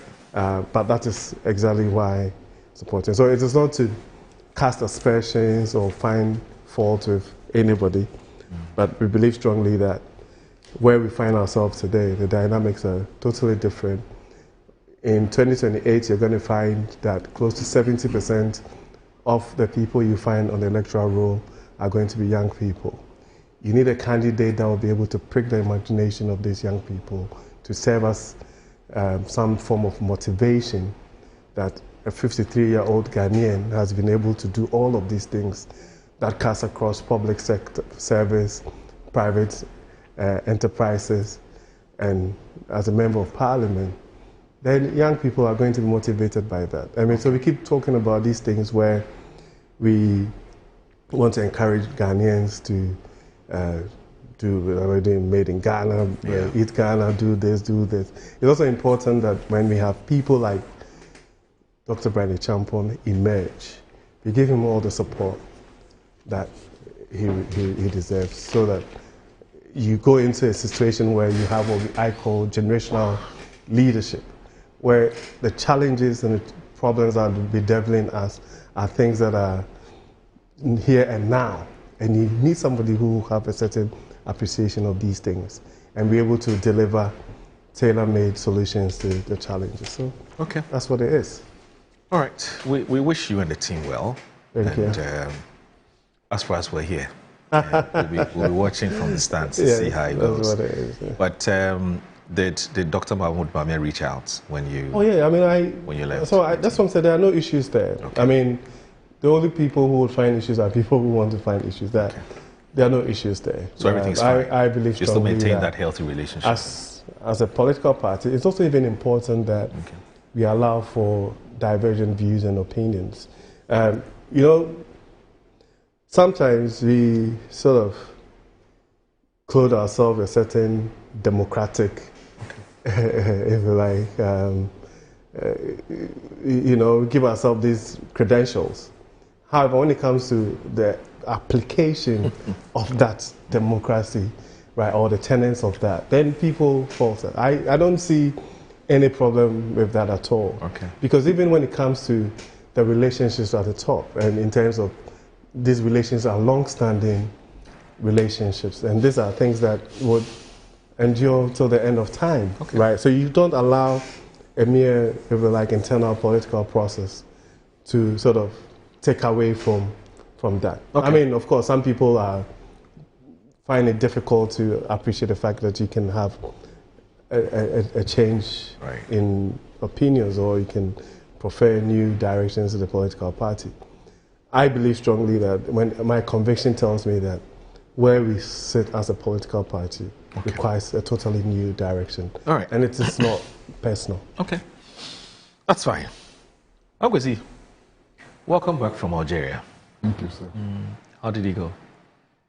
Oh, it was very well. I mean, initially I felt a little out of place because it was a meeting of AU foreign ministers. Oh, okay. Of course, you know that I'm You're not a foreign minister. You know, and there were a few of us who were considered technical people. And there were also a number of people from the diaspora, especially the CARICOM members. So it was a very good, high-level meeting. We discussed the issue of reparation and tried to put it in proper context, you know. Had a few problems. I mean, on the second day I went for lunch, you know, and I saw a very high-level African diplomat at the AU, sitting with a German participant in the meeting. And first of all, I was wondering, why German participant in this meeting? This is a meeting of African diplomats, top-level diplomats, strategizing to press for what Africa needs from countries like Germany. And you have a German diplomat sitting in the meeting, you know. So I was worried. But then I heard this diplomat from one of the East African countries busily assuring the German diplomat that all this will come to nothing. Yeah, that all this will come to nothing. That, why are you worried? We all participated in the atrocities against the African people. So we are equally to blame. How can we claim reparation and so on, you know? Wow. My goodness, I couldn't take it. You know, so I just walked to the table and told this African diplomat my peace of mind. And the German was so embarrassed, he left the table, you know. But I didn't leave it at that. The next day was my turn to speak. And in my speech, I actually drew attention to this diplomat and what he has said. I made the point that with these kinds of diplomats, Africa is going nowhere. You know, and with these kinds of leaders, where are we going? They will betray us all the way. Interestingly, he left the meeting and I never saw him again until I left, you know. But this was the low point. You know, this was someone who was invited officially by the organizers. A diplomat in the AU. Oh, that's fine. Representing an African country. Yes. Obviously, he was invited officially. I mean, unbelievable. Wow. You know. But generally, the meeting went very well. We came up with the Algiers Declaration, which clearly defined, what reparation means. And the interesting point is that reparation is not about the payment of monetary compensation. Reparation is an effort to reset the world, to ensure that Africa takes its rightful place in all the institutions of the world and so on. For example, the United Nations. Right now, Africa has no serious voice in the UN. We only vote at the General Assembly. But real, concrete decisions are taken in the Security Council. Now, that's an untenable position, given the fact that Africa has a population of 1.4 billion people. All these small European countries sitting on the Security Council. Okay. So it's so unfair to us, and we need to restructure that. The World Bank, as an agency of the UN, needs to change. The International Monetary Fund needs to change. The World Trade Organization needs to change. And you know why? Around 1945, when these institutions were being established, only about 4 or 5 African countries were independent. The rest of Africa were under colonial rule, so we had no say. So these institutions were developed and structured to serve the interest of our colonizers. Today, in 2025, why? They need to change to reflect our interests. We are fully fledged independent states, and we ought to be able to exercise our own sovereignty and so on. That's why these institutions ought to change, I mean, only a couple of days ago, the United States issued its strategic security plan. Did you notice something? Right. I was really worried. There's a line in it which says that Europe is suffering civilizational erasure because of what? Migration. Right. Can you sense that racist tone in it? Yeah. That because people are migrating to Europe and so on, the civilization of Europe is collapsing. I mean, racist insult, direct racist insult. They should not be able to take this. We shouldn't take it. You understand? There's no way we should take these insults in 2025. Right. Now, one thing is clear. I was very, very highly impressed by the commitment of the government of Algeria to this question. Interestingly, it is President John Dramani Mahama who is the AU champion on reparations. But the Algerians are playing a very, very key and important role in pushing this agenda. I mean, the president was heavily involved in this meeting. Their Minister of State, with responsibility for Africa, and I think the Algerian diaspora was in the meeting throughout, never left even a minute. So I think it was a fantastic meeting. The Algiers Declaration spells out the steps that need to be taken, over the next 10-year period, which includes quantifying the loss to Africa, not just in monetary terms, because one of the things that we lost was science. We lost a lot of science. You know the story of the Ghanaian woman, actually, who lived in Elmina, who had a scratch from a cat, and it was festering. So she used a local balm in order to treat it. She was, of course, arrested and tried in the Elmina Castle for sorcery, for witchcraft, and eventually was taken also to Portugal, I think, for retrial. And this is an affront to African science. To use medicine which had been prepared by Africans was considered witchcraft, and so on. And there are many stories, many stories. So how do we restore that? How do we restore the science? And then, I think I'm going too far. But listen, I mean, you go back into history and you go to 1452. And in 1452, the papal bull was issued. You know the papal bull, it was law at the time, signed by the Pope. And the papal bull which actually authorized in their language, the civilization of people like us. What did it mean? That we should be forced to become Christians. And that those who refuse to convert to Christianity should be killed. This is a law issued by the Pope. As a result, look, 12.6 million Africans were forcibly taken from their land to go and work as beasts of burden for hundreds of years without pay. You know, and so many things. And we need to fight that.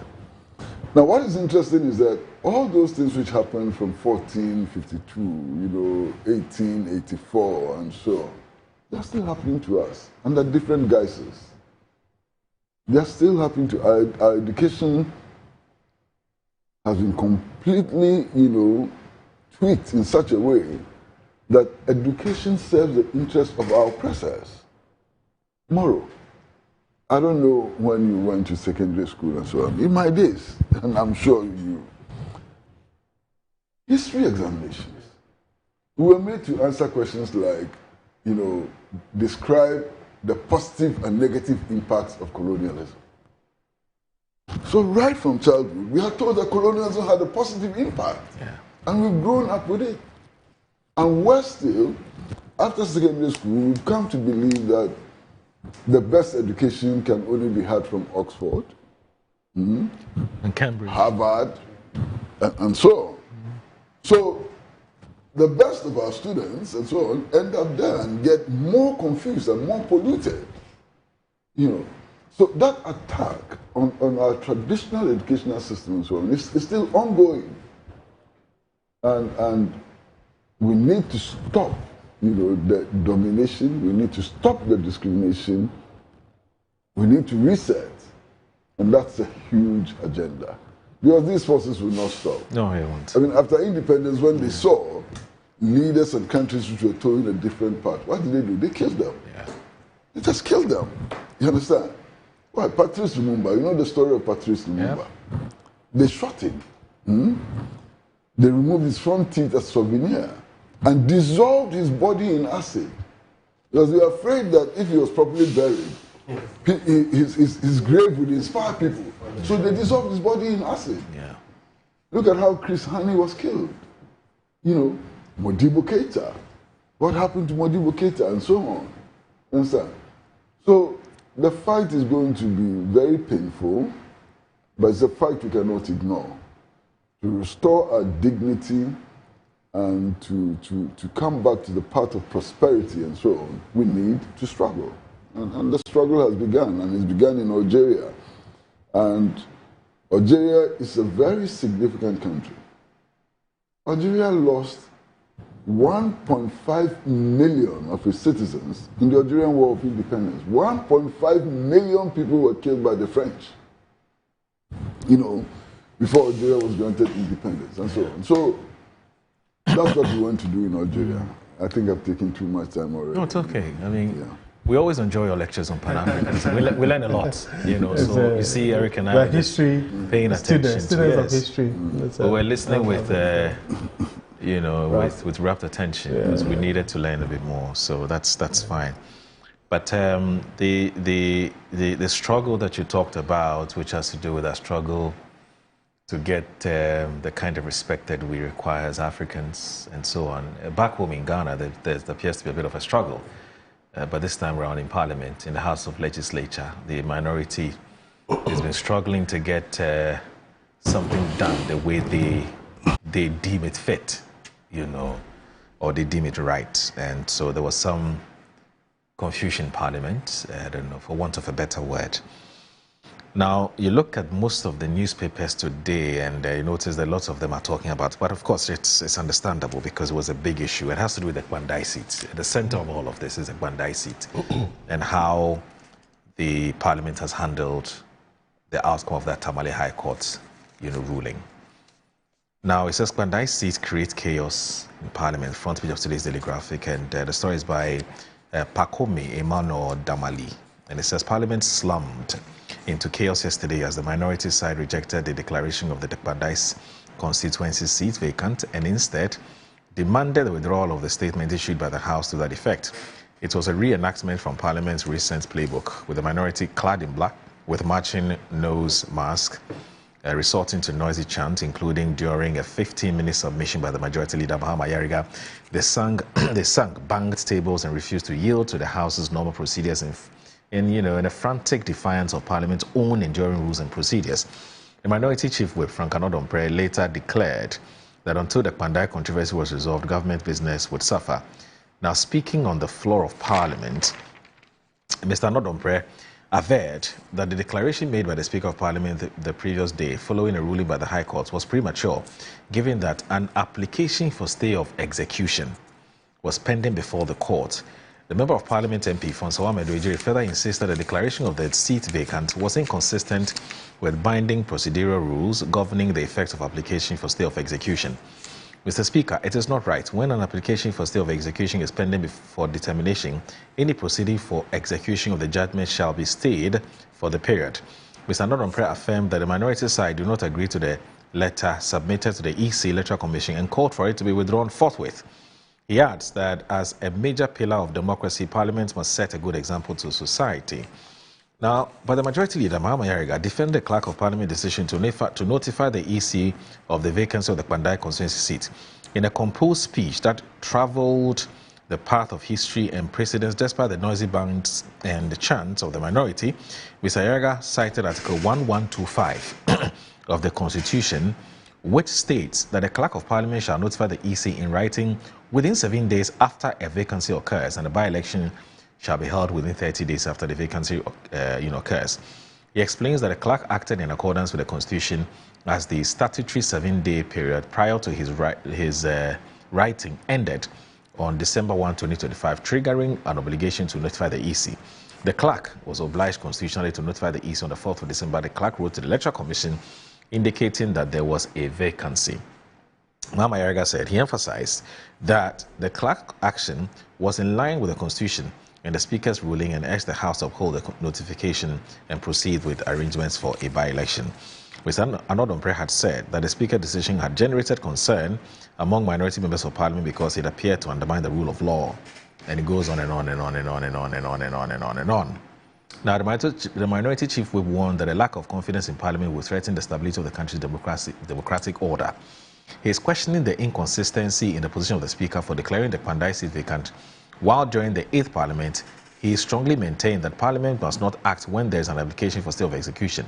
The same inconsistency was seen in the Honourable James Gyakye Quayson matter during the 8th Parliament, where you strongly maintained that Parliament must not act while a stay of execution is pending. Mr. Speaker, with respect, the question that naturally arises is why has the principle changed? What explains the abrupt departure from the binding reasoning you articulated on 24th of November 2025? Why does the stay rule apply in one circumstance but not the other, particularly when the factual and procedural posture is virtually identical? Eric, I'm sure you watched the proceedings in Parliament on TV. I mean, your thoughts? Well, I As mean, you can see, there was near fistcuff. It was very serious. It's quite unfortunate that matters that are of a constitutional nature would sort of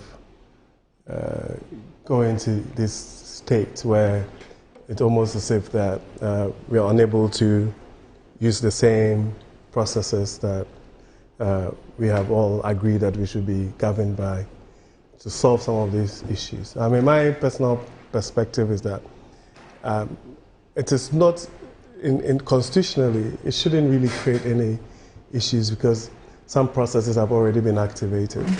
I think that from the minority's perspective, there's a lot of precedent. I mean, they mentioned the Adamu Sakande issue, Gyakye Quayson himself, and a few other cases that have happened in Parliament where the Speaker has, or even previous speakers have maintained a particular stance.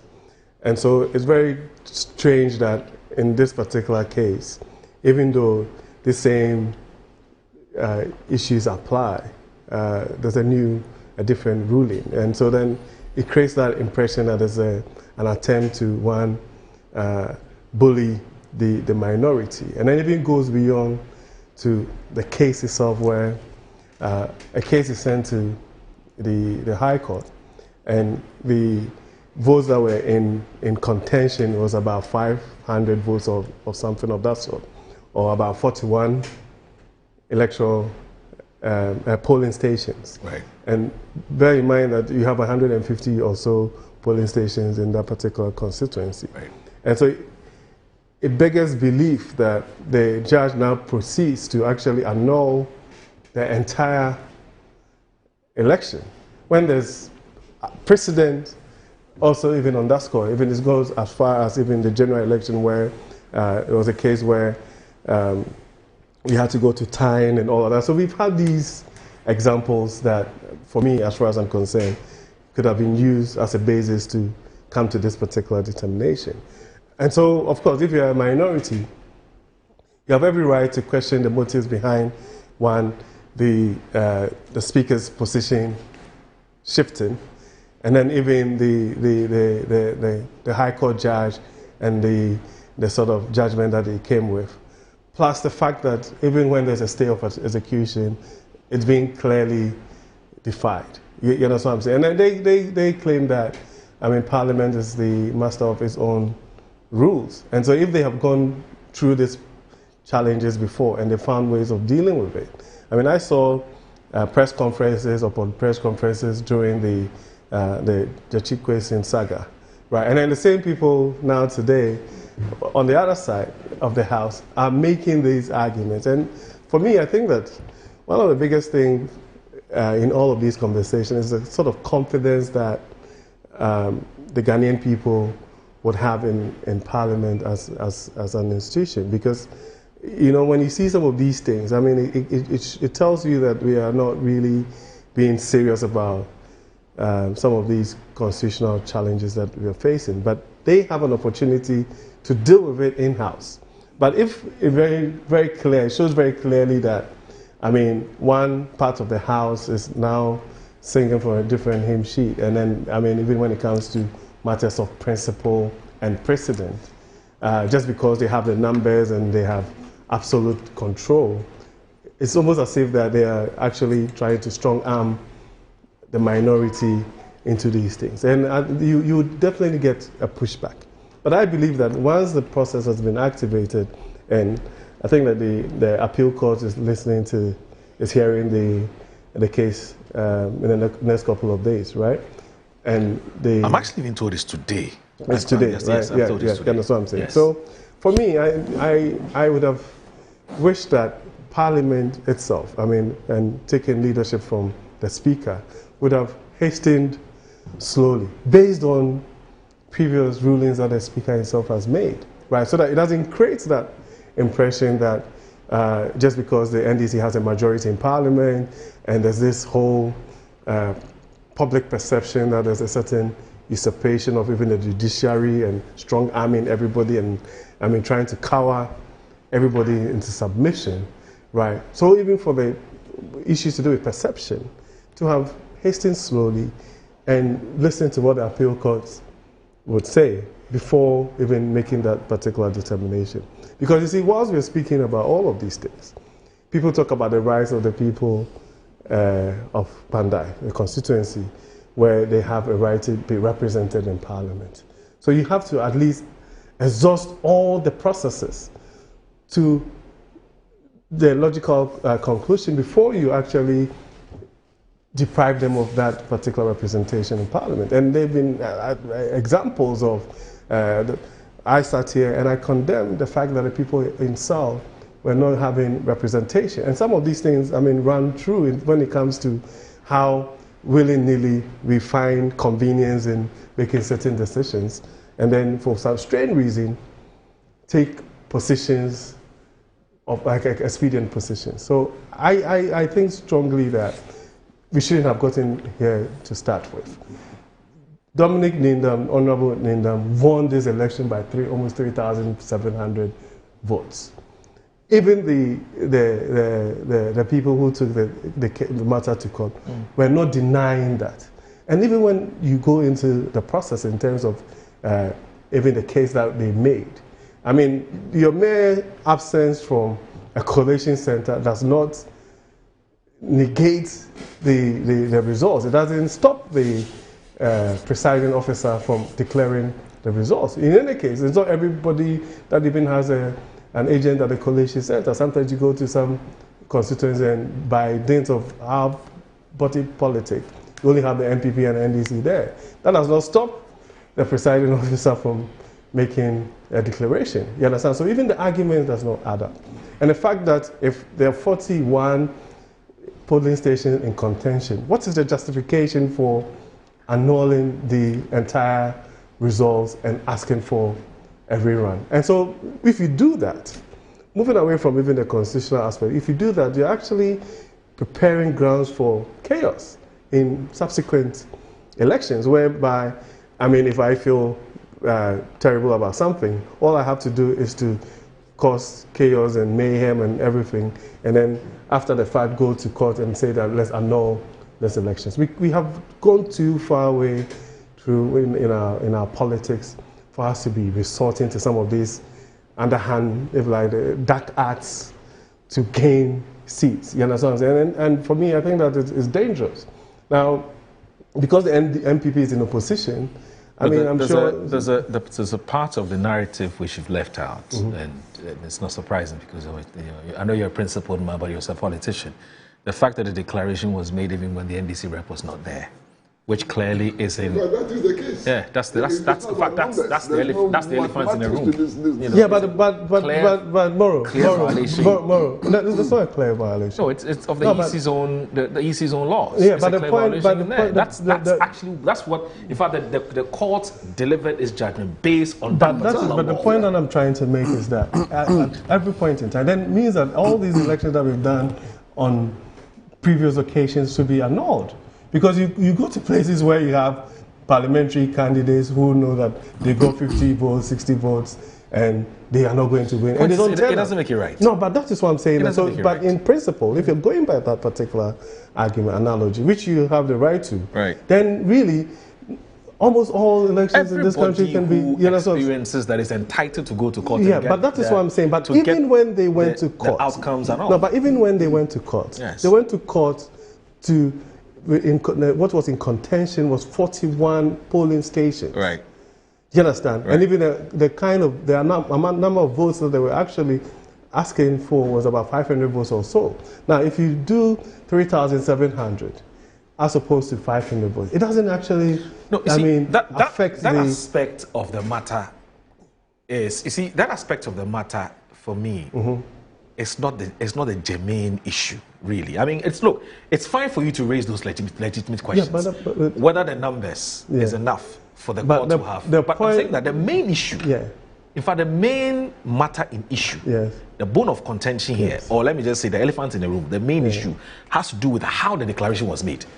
And the court agrees that it wasn't done properly. Yeah, so but even when it comes to... So let's do a rerun. When it comes to our laws, when it comes to election declaration of results as well, and in terms of how to annul results, there are also clear guidelines in the Constitution that tells you that you have to basically exhaust all of these things before an election. Okay, Eric, you know what? And so the ruling has already been made. Yeah, but the ruling has been. Go back to you and I, or you. Yeah, but the point I'm trying. The ruling has been made. The point I'm trying to make is that let's assume that the High Court judge, and I believe strongly that this judgment was made in error, then why do you now find ways of actually changing the narrative when it comes to the fact that there's another stay of execution?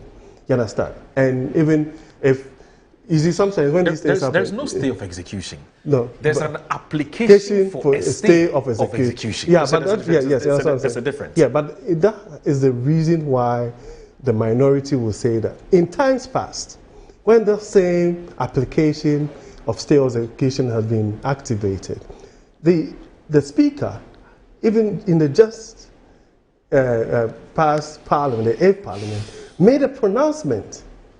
You understand what I'm saying? So it's an inconsistency. I mean, and the point is that, yes, it's okay to say that maybe with a new availability of facts or whatever, you have changed your mind. No. But then that should be also categorical, so that should be the basis of determining the decision The challenge that you the make. two of you have, Yes. and sorry, Eric, the challenge the two of you have is that you've only shifted the goalposts. Mm-hmm.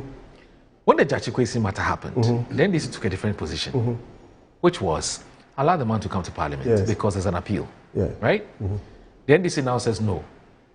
Their reading of the law has changed, which is that once there is a stay of execution, there's a filing of a stay of execution, Yes. it doesn't operate or act as a stay. So Until and unless the judge, which is likely today, makes a definitive pronouncement, which is to say that Parliament stay off, don't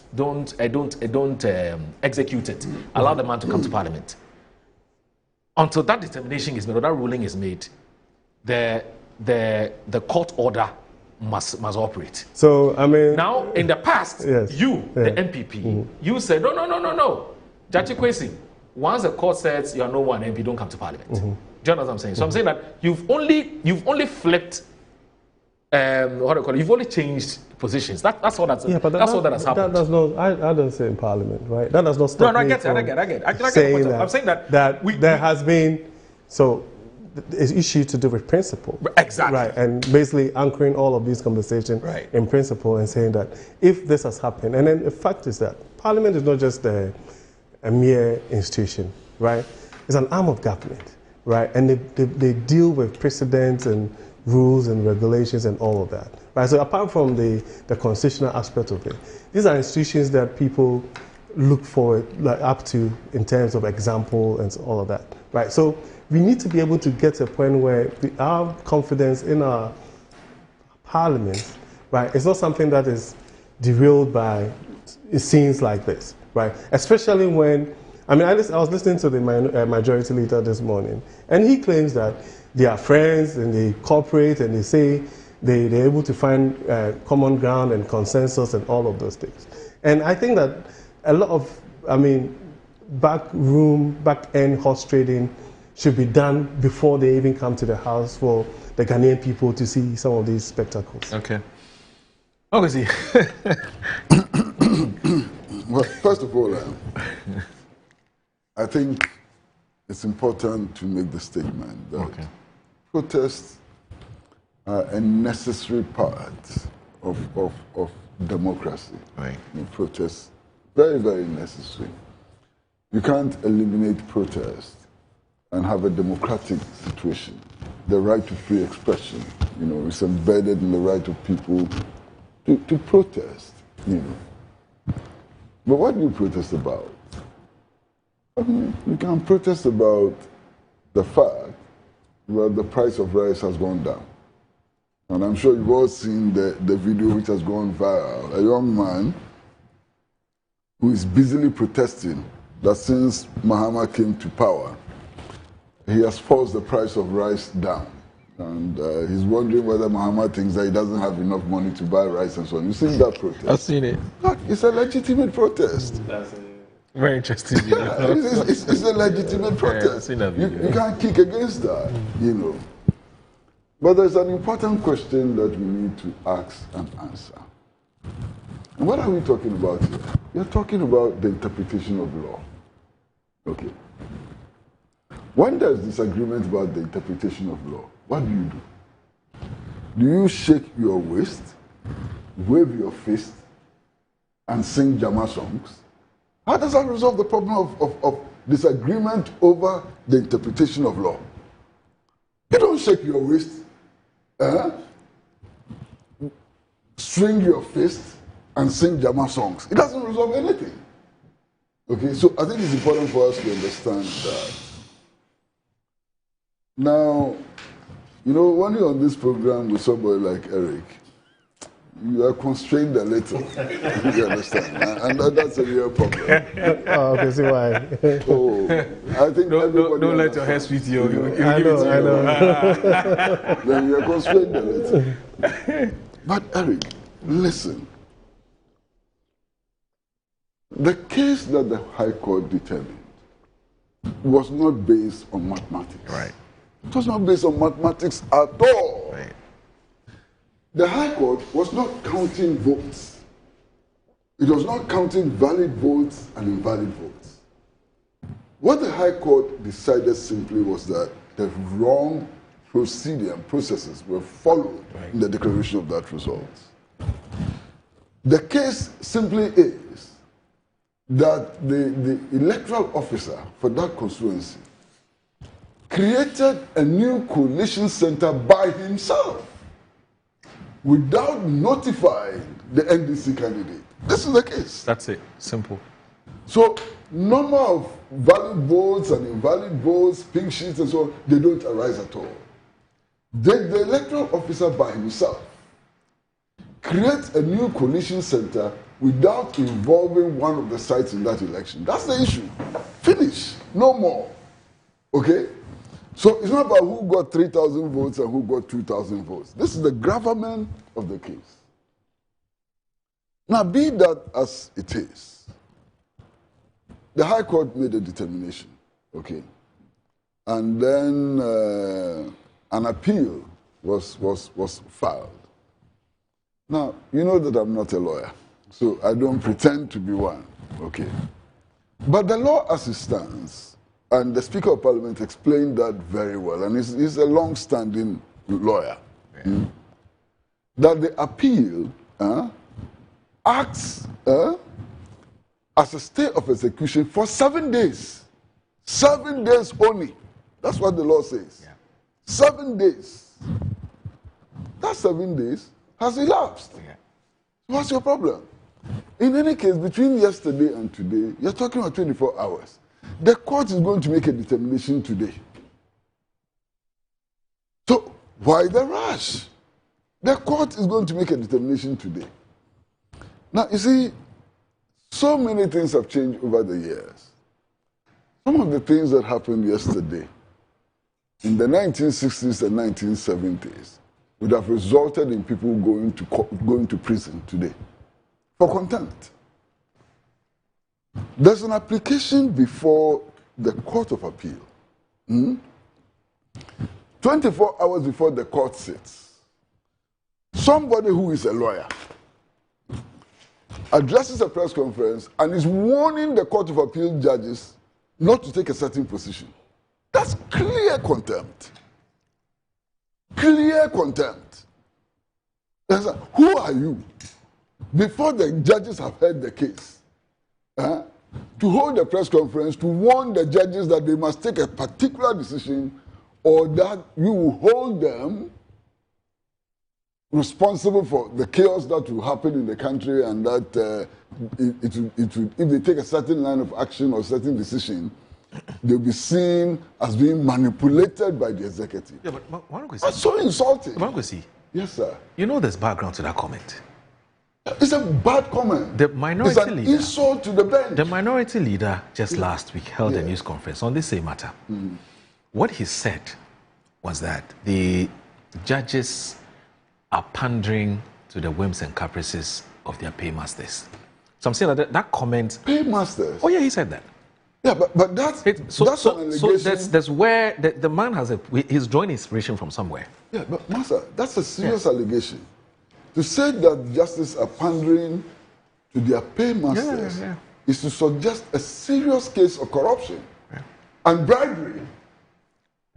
You understand? Under normal circumstances, why? The Chief Justice should be calling for an investigation into that allegation. Bring your facts to show that judges are being paid to take a certain decision. You see? And if the judiciary, if the bench were to take such a position, you know what will happen? Yeah. People will end up in jail. Let me read a story on my Joe Online, just briefly, so that I'm not said to have misquoted. You will end up in jail. What's the basis of that allegation? This is a story. Obviously, Minority Leader Alexander Afenyo-Markin has launched a scathing attack on, and this is my Joe Online, a scathing attack on Ghana's judiciary, accusing it of acting in the interest of political actors. Following the Tamale High Court decision, political actors to annul the 2024 parliamentary election in the Pandai constituency. On Monday, the court upheld blah, blah, blah, blah. Addressing journalists in Parliament on Wednesday, November 26, Afenyo-Markin described the court's conduct as shameful, insisting judges were serving the interests of their paymasters. Paymasters? I mean, look, I don't think that we should get there. I mean, where we are going is very slippery. You understand? To accuse a judge or judges of pandering to their paymasters is a serious allegation, which cannot be taken lightly by anybody. And yet people hold press conferences, make these statements, and just walk back home. I think it's unfair. It's unfair to the judges, it's unfair to the other party in the case, and it's unfair to those of us who are victims of the misinformation they're spreading. You understand? It's a very serious, matter.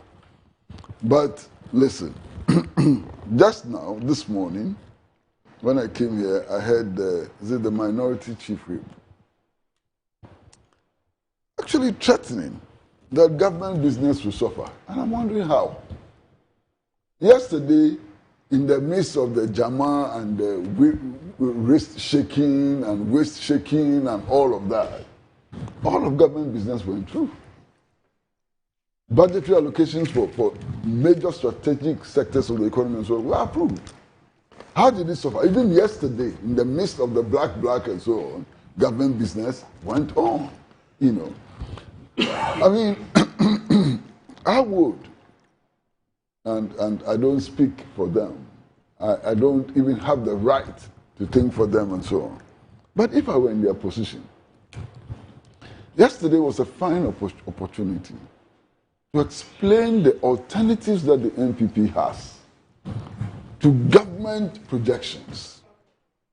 Fine opportunity. The whole world is listening to you. The media is there. Live coverage on television. Government is proposing to allocate resources to key sectors of the national economy. And you are there singing Jama songs. Listen, an opportunity to say that, look, if we had power, we would not allocate so many millions to this sector. We would rather allocate to that other sector and so on. That opportunity was missed yesterday. Right.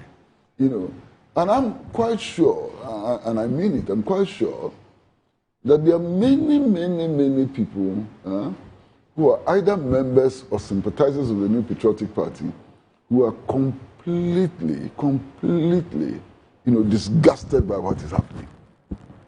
Look, 1992, the NPP had, not 1992, I think it was 1996. 96, okay. The NPP had a very small number of members of parliament, led by people like J.H. Winsor and so on. Look at how they use parliament to their advantage. Look at the issues they raise. Look at the alternatives they put forward and so on. Today, if you look at the NPP, it still has a small minority, you understand. It's not able to project anything. It's all about being boisterous and so on. And where does that leave us? One of the things that impressed me the most yesterday was the way the speaker comported himself. The speaker was very, very measured and carried on the duty of parliament, as if nothing was wrong. And in the end, all the bills which were submitted in parliament yesterday were approved without any hiccup and so on. I mean, that mastery performance of the speaker is commendable. Right. It's highly commendable. The speaker conducted himself very, very well yesterday. Okay. There have been references to an earlier ruling of the speaker. Mm-hmm. And I've taken the time to read the ruling of the speaker. What the speaker said was that, look, he was not going to declare the seat vacant at that time. That it was too early to declare the seat vacant.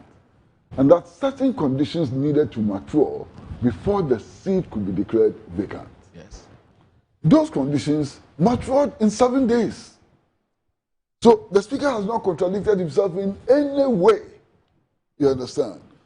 I hope, and I do hope, that for the sake of deepening democratic practice in Ghana, whilst upholding the principle that we can protest about everything and anything, I mean, you can protest about everything. You can protest, about the fact that your neighbor is wearing a red shirt, right. And that red shirt upsets you, and so on. You can organize a protest around that, and so on. Whilst upholding that principle, okay. Those who exercise that right, I think ought to take this country a little more seriously than they do. Let me read a few messages and then we'll take a break and then we'll come back and look at some other topics. We have about 2 more to go. So, this one here from Reverend Jones Latte, who's watching us from the UK. He's a lawyer and also a media practitioner. He says the kudos to Kwesi for holding up. African leaders have sold out to the West. When the US and UK destroyed Libya, leading to the death of Gaddafi, African leaders kept quiet. Only Mugabe spoke against the onslaught of Libya. How will restore African dignity in 2026? Now, it says on the second issue, an application of stay of execution does not nullify a standing judgment until a superior court has dealt with the application. If so, the application of stay of execution may not stop a Speaker of Parliament from acting on the standing judgment. Of course, it is reasonable for the Speaker to wait till the case is decided by the appeal judge. That's from Reverend Jones Latte. Musa Batua from Asawasi says that, good morning, the shameful conduct of the micro-minority was annoying and disgusting, reducing Parliament to such a low level. The very people who are touted once touted themselves as apostles of the rule of law, those who eat, drink, bathe, and sleep at the court are today behaving lawlessly. They have quickly forgotten about the Honorable Jachi Kwesi case. Their sudden disregard for due process exposes the political expediency behind their actions. It is disappointing and dangerous for our democracy. Bo Bachman, who is one of the strategists for Alan Chermanting, who is the founder and leader of the UP political movement, he says that the good people of Ghana, if the MPP couldn't govern responsibly in power and still cannot conduct itself properly in opposition, then perhaps it's time to collapse it altogether and replace it with the UP, which has proven far more disciplined and responsible. Alfred Kojo Tredel says, good morning, Moro, and to your cherished viewers, permit me to use your medium to plead to the Speaker of Parliament to stop being lenient and crack the whip. Moro, Article 42 of our Constitution says that every citizen of Ghana, 18 years and above, and of sound mind, has a right to vote. But it's unfortunate Ghanaians do not know the kind of people they are voting for, if they are also of a sound mind or not. The view that some MPs of the minority need some kind of, that's a bit harsh. But it says they need something. I'll now mention that. Their behavior yesterday simply tells you that they are not fit to be in Parliament, let alone to be called honourable members. That's coming from Triddles.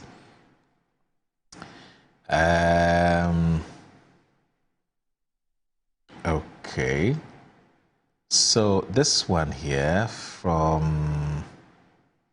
So Honorable Eugene Boachi Entry, who's a former Subin MP, he sends me a message. No, well, it's a message, but it's also a screenshot of something somebody has said.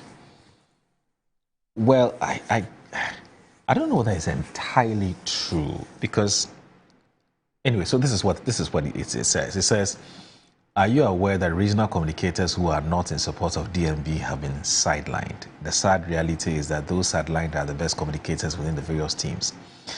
I mean, Eric is not with the DMB team, but he's here.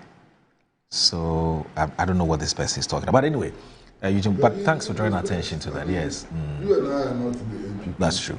That's true. Huh? You have a point. He knows best. And if what he's saying is not true, right, there are those who contest it. Right. And in any case, Eugene himself has an eye on becoming General Secretary. Of the party. Yes. It's not something that's coming from him. He was just drawing my attention to something. You know, maybe I don't know. He may have to tell me why he thought that. You know, I should have a look at it. But anyway. So Sani Saliu says, Salamu alaikum, your editor has been very charitable to the topic as political drama in Parliament. This is very generic and wholesome. Now, some of us would rather caption it as a shambolic display by minority in Parliament. What we witnessed yesterday in Parliament was dishonorably shameful, to say the least. Denying them the battlefield in a small space by the majority is highly commendable. I think the Speaker is treating them with kid gloves, and it's high time he cracks the whip. Not a good morning. Sani Sali who sends that message. And this one here from Eben in Kwabenya says, my applause to the NDC majority in Parliament for showing maturity yesterday, especially the leader, Honorable Ayerga. Thumbs up for the yeoman's job done and allowing government business to be done successfully, no matter the micro-minority disgraceful behavior. Regards Honorable MC Agbo of Ghana East and also Peter Kwesi Mensah. Okay. Okay. All right. That's fine.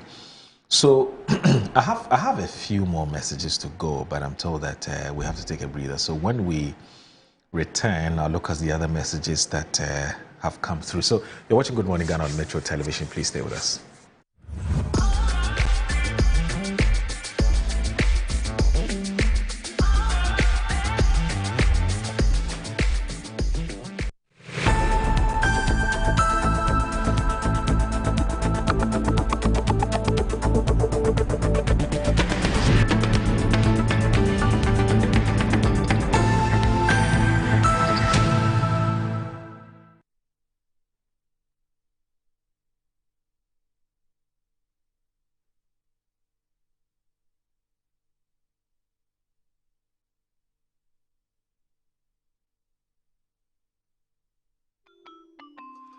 Start your kids' day the right way, filled with confidence to take on any challenge. Pepsodent Kids contains the right amount of fluoride and sugar acid protection to care for their developing gums and teeth.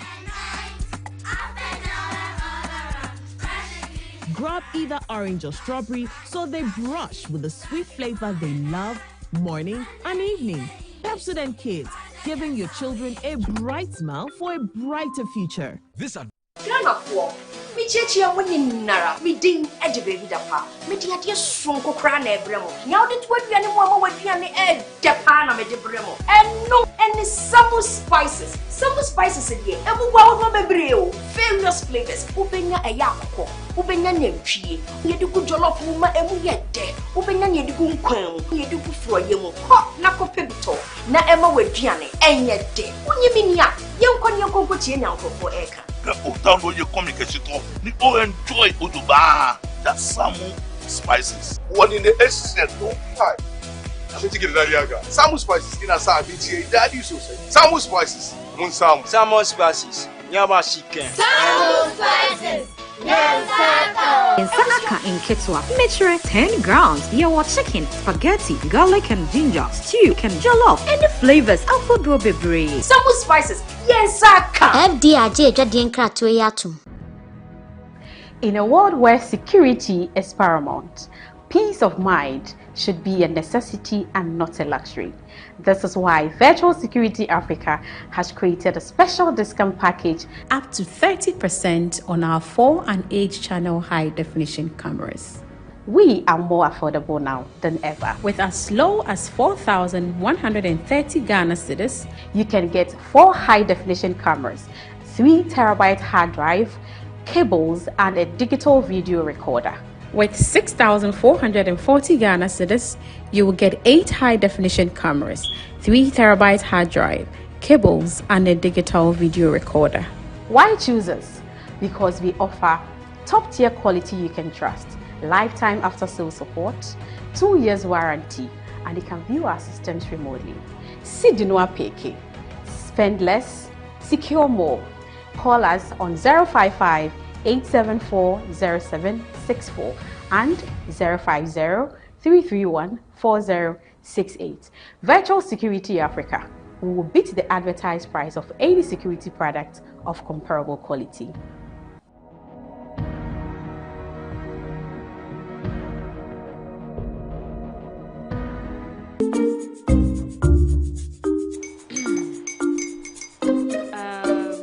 His uncle are almost here. Wait a minute. This one too, your friend Kwame. Wait, Kwame. As in the same Kwame again? Yes, Mommy. The second coming. Into all this tension just to reintroduce that broke boy from Kaswa.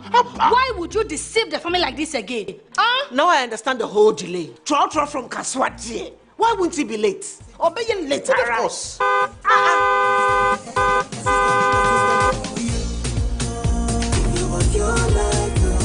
Star 712 hash, star 712 hash. Yeah, you go be the luckiest. Copy from Georgia be luckiest. From not the cause she be luckiest. Yeah, you go be luckiest. No matter why you're luckiest. Everybody go be the luckiest. That's Kwame. Send your God the apple boom. If you put it at so would the coming of the Son of Man be. Hey. Is that his car? Ha! Even now, your shadow the way designer. I use my own mouth to reject him. Oh, this is my mouth. Look at that. Kwame, my son. Now, tell me the truth.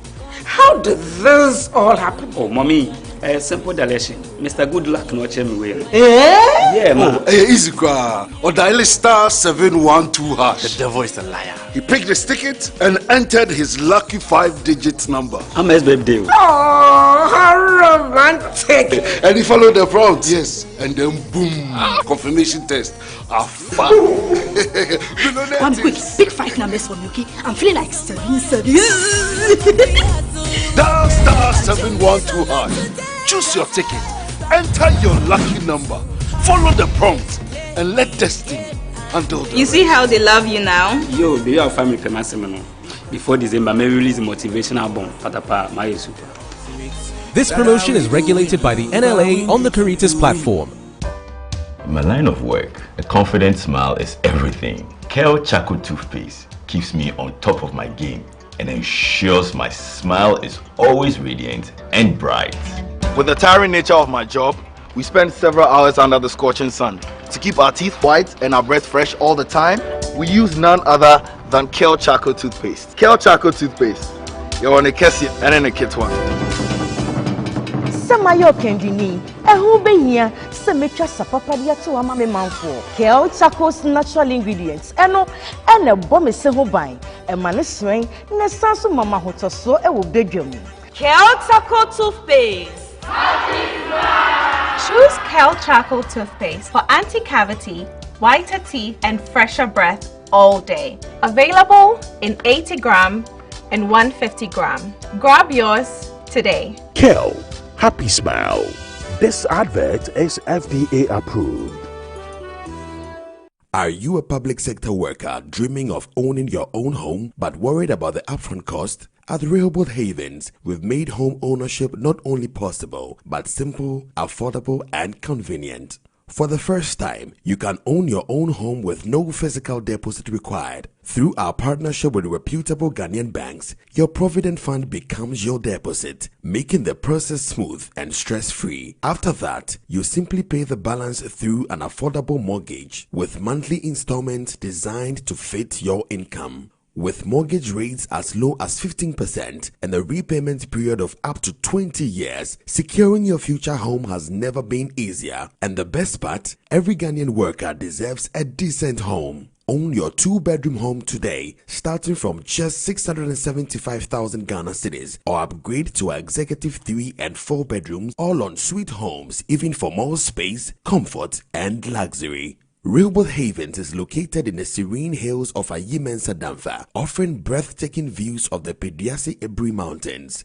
Here, you are not just buying a house, you are joining a secure gated community designed for peace, privacy, and comfortable family living. Say goodbye to land litigation, building stress, and construction delays. Say hello to your own home. Move-in ready and free from legal complications. Secure your retirement now. For more information, call us today at +233 55 375 1933 or +233 20 682 3524. Rehoboth Social Housing. Your housing dream becomes reality. This Christmas, Cartus Agri Limited is bringing you freshness, flavor, and festive joy straight to your home and office. Right here in Accra, Kumasi, Cape Coast, and Takrade. Cartus Agri, your #1 poultry plug. Fresh birds, sweet eggs, delivered with love. Get ready for our juicy Midofopa package. You get 1 broiler, 1 layer, 2 crates of eggs, plus our special chicken spices, all for only 450 Ghana cedis. Midofopa, sweet value for you. Or go big with our Coco Bolobo package. That is 2 broilers, 2 layers, 2 crates of eggs, and chicken spices, just for 800 Ghana cedis. A Coco Bolobo. More chicken, more joy. And for families and corporate bodies ready to feast, try our Odon Soda package. 3 broilers, 3 layers, 3 crates of eggs, plus spices for only 1,200 Ghana cedis. Order now, enjoy more. And the best part is, corporate orders come with free delivery. Terms and conditions apply. Call us now. 0558 376127 or 0241 674268 or 020 331 5557. This Christmas, choose Cartoons Agri Limited. Cartoons Agri Limited. Freshness you can trust. It's happening this December. It's the biggest, the largest, the Bushels Jollof Party Festival. It is the Metro Jollof Festival happening on Saturday, 20th December 2025 at the forecourt of Metro TV. It is an all-day event with opportunity for exhibitors to sell this.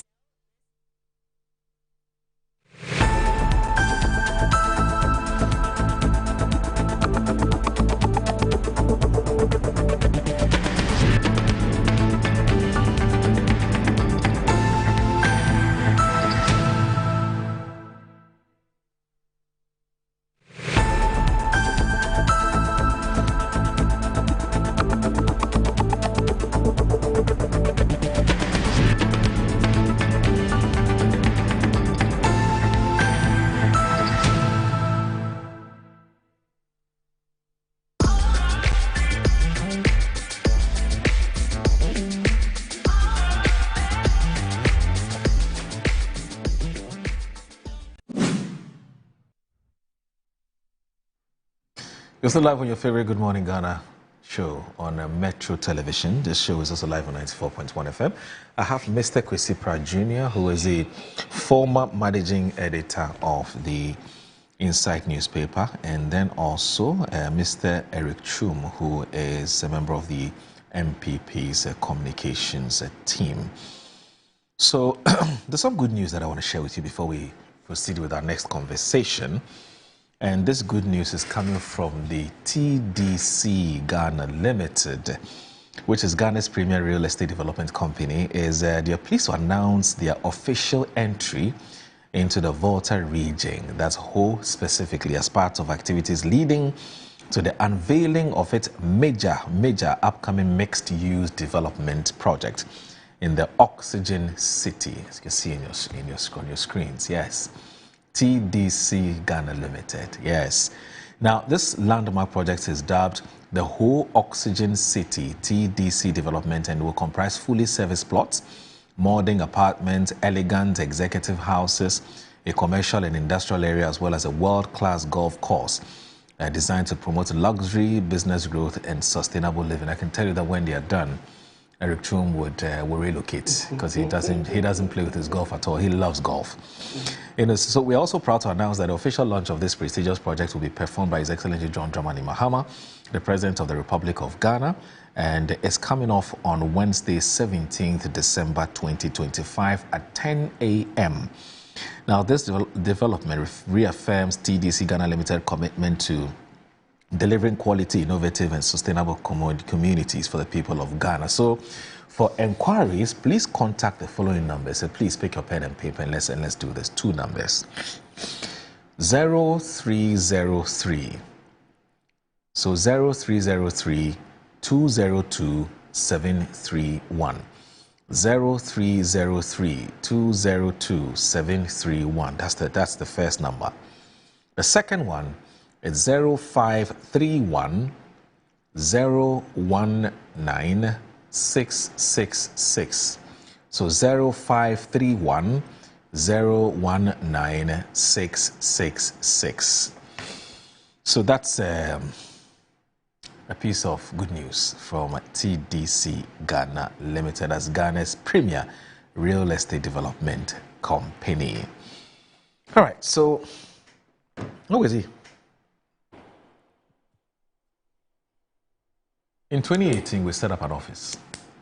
It's called the Office of the Special Prosecutor. We're saying that we've been struggling, government after government, to prosecute their own, basically. Attorney General and the Minister of Justice look into the face of his own colleague they sit in cabinet with and say, I'm prosecuting you for whatever offense or crime you may have committed. So let's set up an independent ombudsman in the fight against corruption. But In the last few months, the relevance or the importance of that office has come into question. And I see two schools of thought. One says, let's do away with the special prosecutor. One says, let's do away with the office entirely. And they've all given their reasons why. Those who say, let's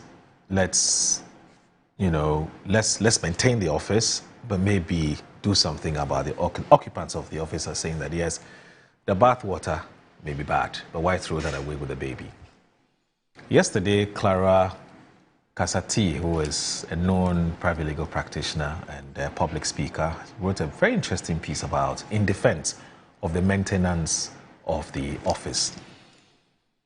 And those who have also said either should be dissolved or should be scrapped or should be abolished or should be whatever.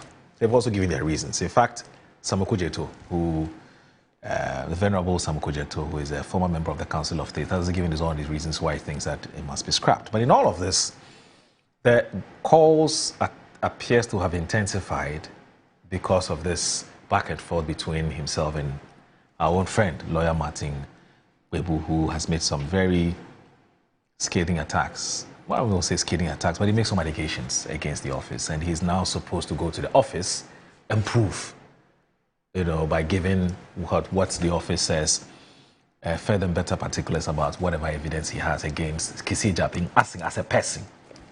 Okay, and we saw what happened to Martin Webu and so on and so forth. I don't know what your thoughts are on this whole debate, and Uncle, I want to start with you, as to be Eric. What's your thoughts on? I'm to start with Eric. No, I'm flexible. I don't have a problem. When it comes to you, anything for you, sir. No, I don't have a problem at all. If Eric wants to start, I'll be quite comfortable that's fine. with that. Obviously, that's fine. Let's go. Let's start with you, yes. I think one of the most important things about this debate is that it is not a partisan issue. There are some from the New Patriotic Party who have said that they'll scrap that office. It's not performing. Yeah. And there are some from the National Democratic Congress who have also argued very strongly that the office should be scrapped. So on both sides of the argument, you find people from all political parties and so on. And for me, that is healthy. If we can approach this discussion, this debate, without our partisan lenses, perhaps the outcome will be better than what it was, 7, 8 years ago when we were establishing that office. I've heard Mr. Sam Okujato, somebody that I know very well, I've worked with before. I've heard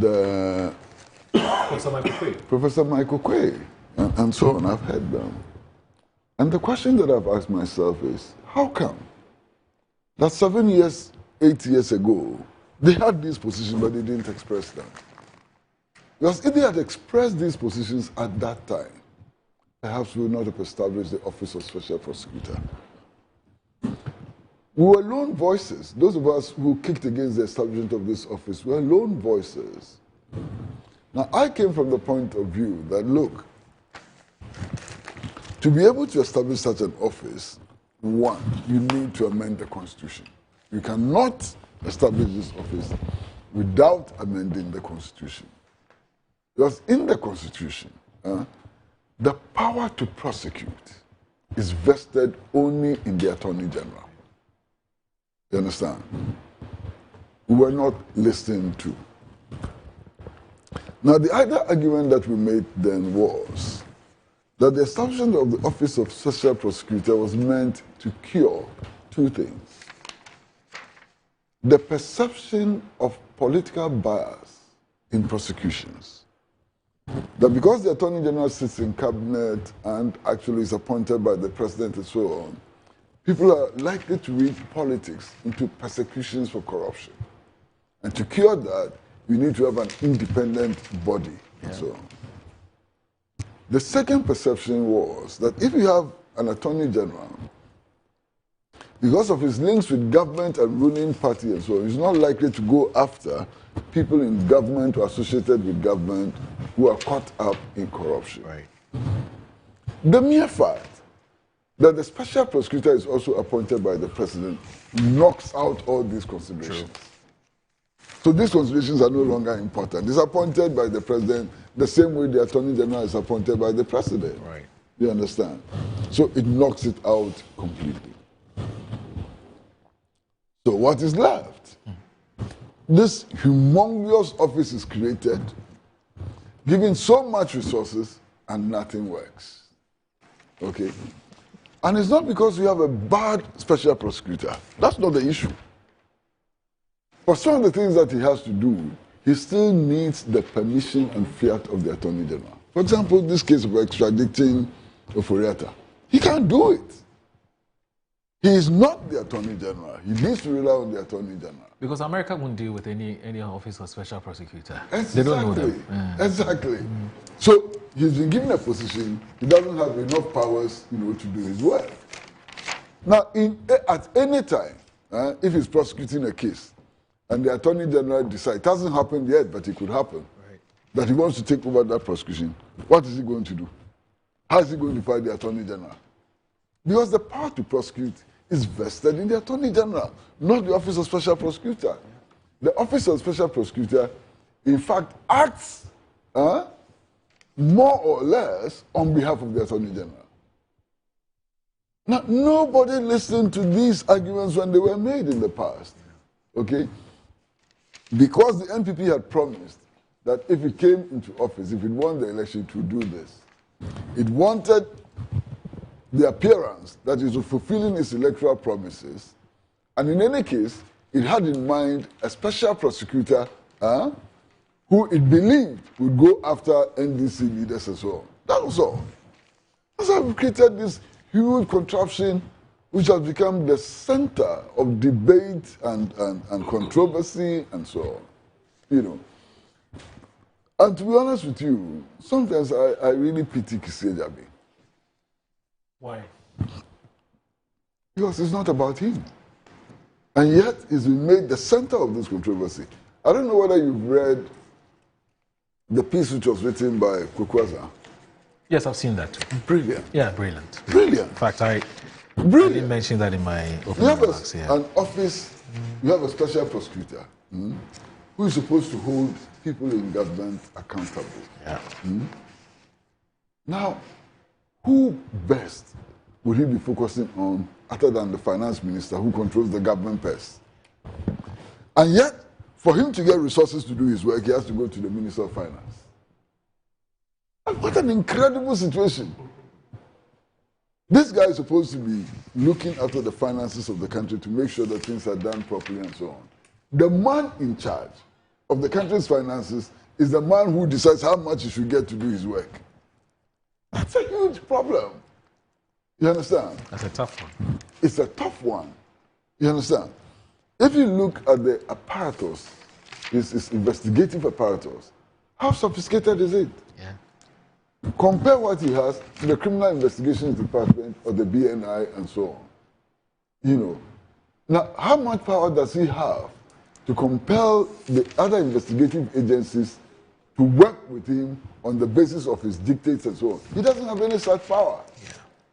Yeah. So you've created a facade, and then put somebody in there, and we expect him to do wonders. He can't do wonders. The foundations on which the office itself stands are very, very weak foundations. You understand? So this really, I think, is a needless debate. From the beginning, the office should not have been established. It's a waste of everybody's time. Establishing that office was a waste of everybody's time. Yeah.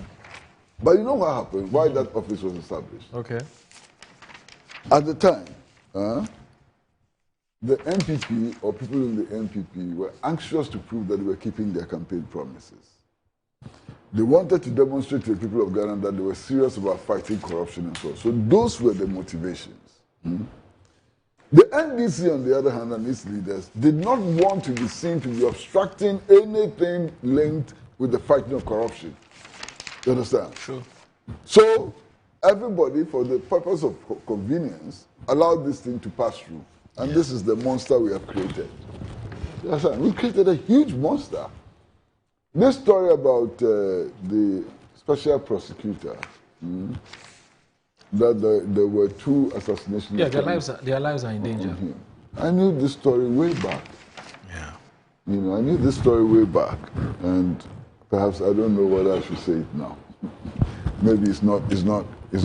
No, it's time. It's time. No, it's not convenient. Because the cat has already been let out of the bag. Yeah, but it's not how I got to know the story. Oh, you mean how you got to know? How I got to know. But at least you can tell us what you know. Yes, because I got to know the story. Okay. And from what I got to know at that time, the incident occurred around Roman Ridge. Okay. One of the incidents at least occurred around Roman Ridge. Okay. And it was on the basis of that the special prosecutor asked a friend of his to give me a bulletproof car. Oh, and I was very uncomfortable with that. You understand? Because if you are in that position, you should not be taking favors, receiving favors from even your friends and so on. Because they can compromise you. If your life actually depended on a friend who provided you a bulletproof car, then there's a problem. That's a problem. You know. But perhaps one day I'll be able to explain the circumstances under which I got to know about this allegation. And it's interesting. Okay? If indeed it is true that he had 2 assassination attempts, then there's a problem. Today I've seen some of the newspapers saying that it was a lie because he didn't report to the police and so on. I personally asked him why he didn't go to the police and said, for what purpose? He knew that nothing would come out of it, that he decided not to go to the police because he believed strongly that nothing would come out of it. You understand? Well, it was the Interior Minister who was asking those questions, that there's no any records of the police, you know, with the police that such a thing had happened to them. He was wondering why. Yeah. But when I got to know, I knew that there were no police records. Why? And my source told me that there were no police records because he didn't have sufficient confidence that if it was reported, it would be dealt with properly. And, Master, things happen to all of us and we let it go. Look, why? I've been abused on many occasions by state institutions and so on. I've decided to let it go. Does it mean that I wasn't abused? That's true. I've been abused, on many occasions. I mean, anyway. Except that perhaps the claim would have been more credible if there was any record of it being launched with the... There's no record of the abuses that I've suffered in my life. Well, anyway, that's no official record of the abuses that I've suffered in my life. I agree with you. Does that mean that I was less credible? Right. I get that. I get that. Eric, I don't know where you stand on this. So, I mean, I think it was yesterday or so, there's a show on one of the other platforms where you had, I think it was Ace and Kuma and somebody else, I've forgotten who exactly. Yeah. And so I listened to... You watched that show? Yeah, and okay. It was an interesting take on the issues. And I think that by and large, a lot of people have spoken about the legal aspect, the legalese of it and all of that. And I remember the arguments prior to the setting up of the OSP where the initial conversation was, why don't we decouple the Attorney General and Ministry of Justice so that you would have a minister responsible for justice, the judiciary, and have an Attorney General who is purely a government political person. And that argument, of course, was lost. I think that even in a couple of our manifestos, we spoke about it before the issue of the setting up a special prosecutor's office. I mean, and in hindsight, when it comes to public policy, I mean, you always also have to give yourself an opportunity to do a post-evaluation of whatever it is that you envisaged. And I think that the principle and the idea behind the setting up of the Office of the Special Prosecutor would, of course, to even a cursory observer, be one born out of good intent to ensure that we have an independent prosecutor who will be able to look at these things and be able to prosecute without fear or favor. However, I mean, my position on some of these things is that, I mean, it's almost as if that in this country, we allow the horses to bolt before, so even institutions are set up in such a way that the act should have happened so that we will find somebody who will go and prosecute these persons. And that mindset for me sometimes is a bit problematic because you have a situation where a vast majority of these issues that are dealt with by even the existing architecture prior to the OSP has to do with procurement and administrative issues and issues to do with decisions that have been taken by public office holders.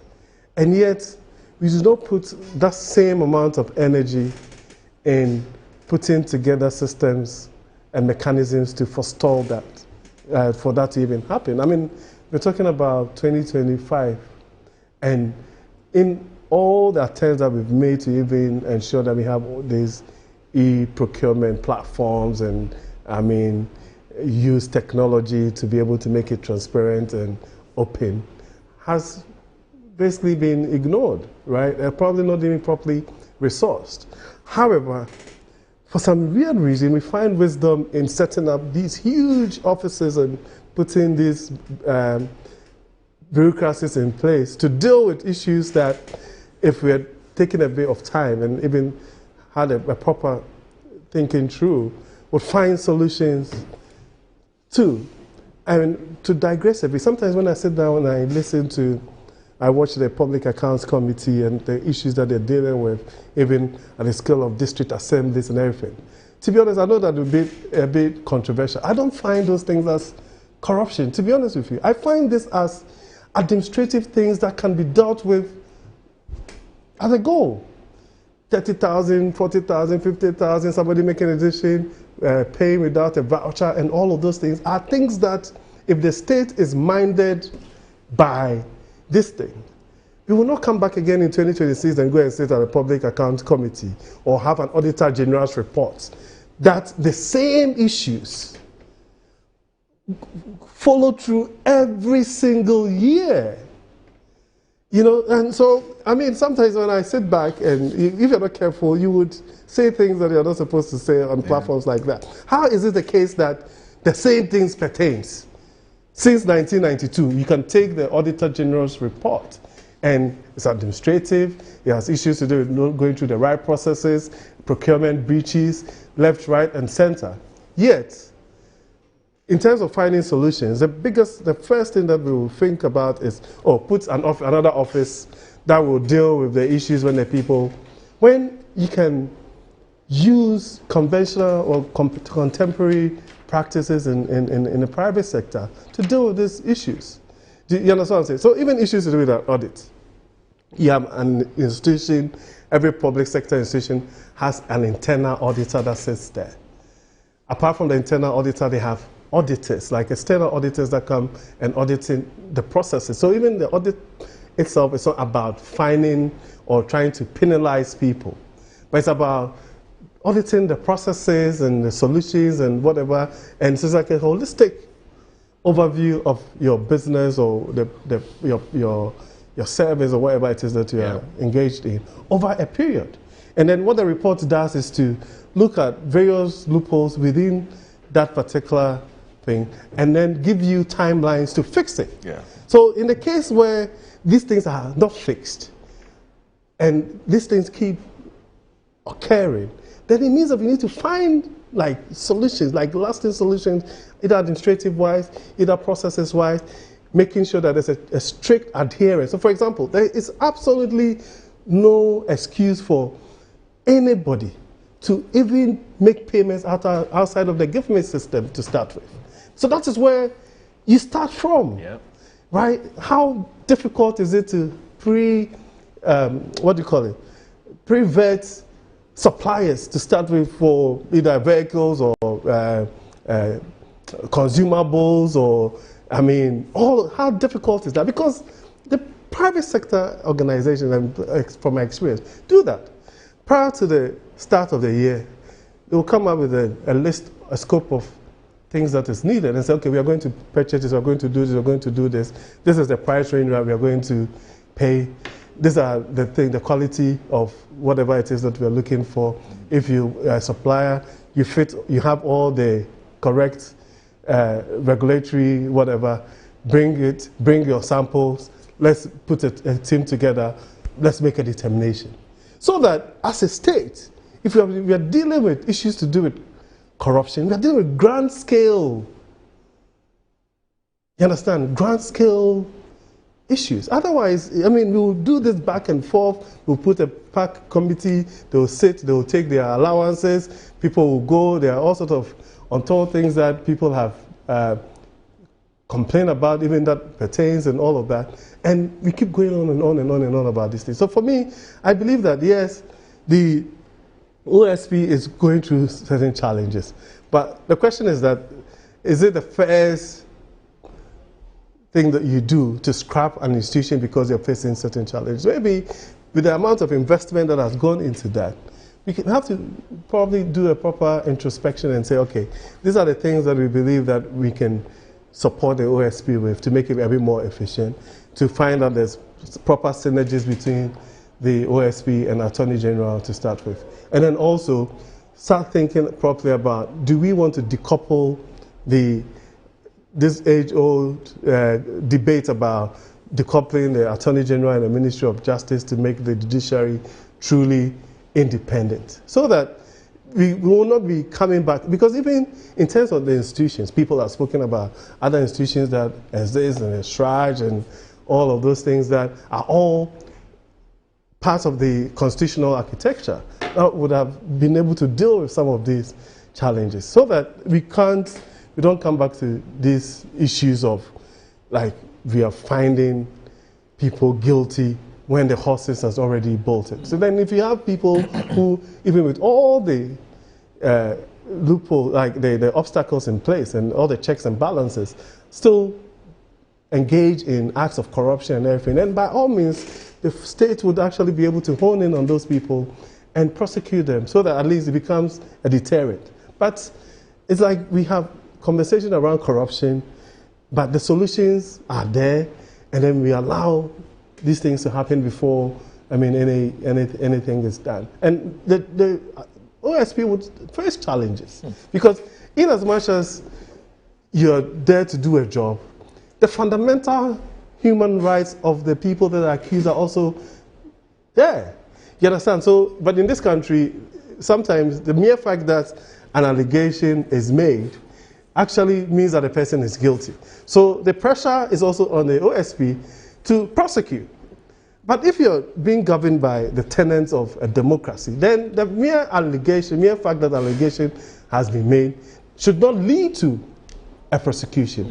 So if you're going to judge the OSP based on the number of prosecutions or the number of successful prosecutions that is being made, then maybe we are in the wrong place. We're probably looking at it from a different perspective. You can also argue that the mere presence of an OSP might even serve as a deterrent to to people. You understand what I'm saying? Right. But if you're saying that you haven't prosecuted anybody, and the mere fact that they haven't prosecuted anybody means that the office is not fit for purpose, it is a very lame argument, because at the end of the day, you have to find the person culpable beyond reasonable doubt. Right. And the onus is on the prosecutor to prove that. Do you understand? So, But Eric, if you listen to the argument that's been canvassed by the Venerable Kwesi Pratt, and indeed it's not just him, there's many, many others who have made the same point, that to the extent that the office has very limited powers, we won't be able to reap the full benefits of setting up such an office until we're able to hive off the Attorney General's, hive of the Attorney General from the Minister of Justice. Yes, yeah. In fact, Esan Kumadia, he's even recommending and suggesting, proposing that we merge the Office of the Special Prosecutor into the Department of Public Prosecution and make this more powerful. Because, I mean, and I agree. So that you, the Minister of Justice, the Attorney General, the Attorney General, isn't it? Just advise the President and the State. Don't bother yourselves on with prosecutions and everything. Right? Forget about those things and leave those ones to the Department of Public. I mean, I agree with Uncle Kwesi on the matter of the constitutional challenge with the Attorney General. And again, even the matter of principle where, again, you have, so we've practiced this democracy for a while, we've had this constitution for a while. At the point when it was enacted, it made sense. There's nothing wrong in doing a proper evaluation and saying that if we really want to make this fair, want to... And obviously, please check for us. I don't know whether it's an entrenched law or there's one that Parliament can just do away with. Right. And then even if we say that, okay, based on all of these things, to even cure this whole mischief of the Attorney General can wake up and say that, oh, I'm filing a nolli prosequi on the matter. And then in the same the always space, comes to Jack. Yeah, you understand? In the same vein, right, would be pursuing another matter, right? So so we are trying to cure either political influence or all of these things. Yet the architecture itself is problematic. It's problematic. Yes. You understand? And so we need to have these hard conversations and say that it is problematic. Let's fix it.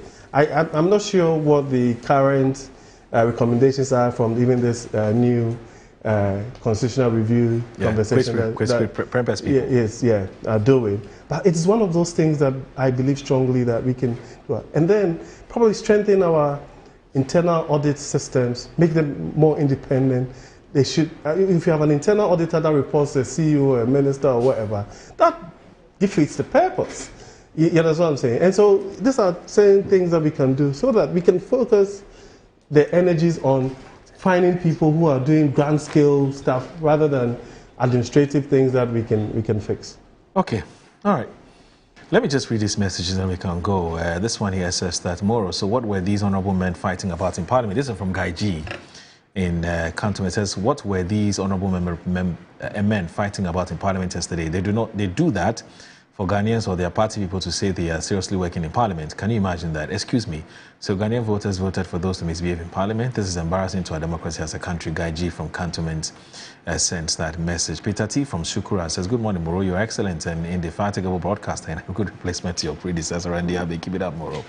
We should not allow activities that are not in conformity with our Ghanaian culture values. The incident that was carried out by a micro-minority in Parliament yesterday must be condemned by all patriotic Ghanaians. The fact that they claimed they had a case that could allow them to register their displeasure and discomfort towards certain directives or decisions made by the court or the Electoral Commission do not permit insensitive behavior. And the unproductive character we saw yesterday, it was a shameful act and should not be encouraged in our future partisan politics. Shame the leaders who condone and connive with this sad moment. Peter T from Shukura sent that message.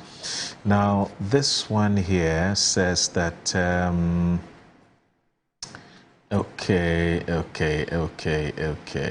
Ali Hureya, who is the NDC's Greater Accra Regional Zongo Caucus coordinator, says the NDC MPs in the House this evening were not enough to form decision-making quorum. Foolishly, some MPs remained in the chamber and gave the NDC MPs the decision-making quorum to approve all the motion schedules for today. If they had walked out, the Speaker would have adjourned sitting without any government business. You see how wise these guys are. Abdul Basit from UK says that, good morning, my brother. I think it's time we call the minority for what they are. Their behavior yesterday was uncouth and dishonorable. Speaker Wagwin should start cracking the whip and ensure sanity is brought back to the nation's honorable house. The NPP was terrible as a government and shambolic in opposition.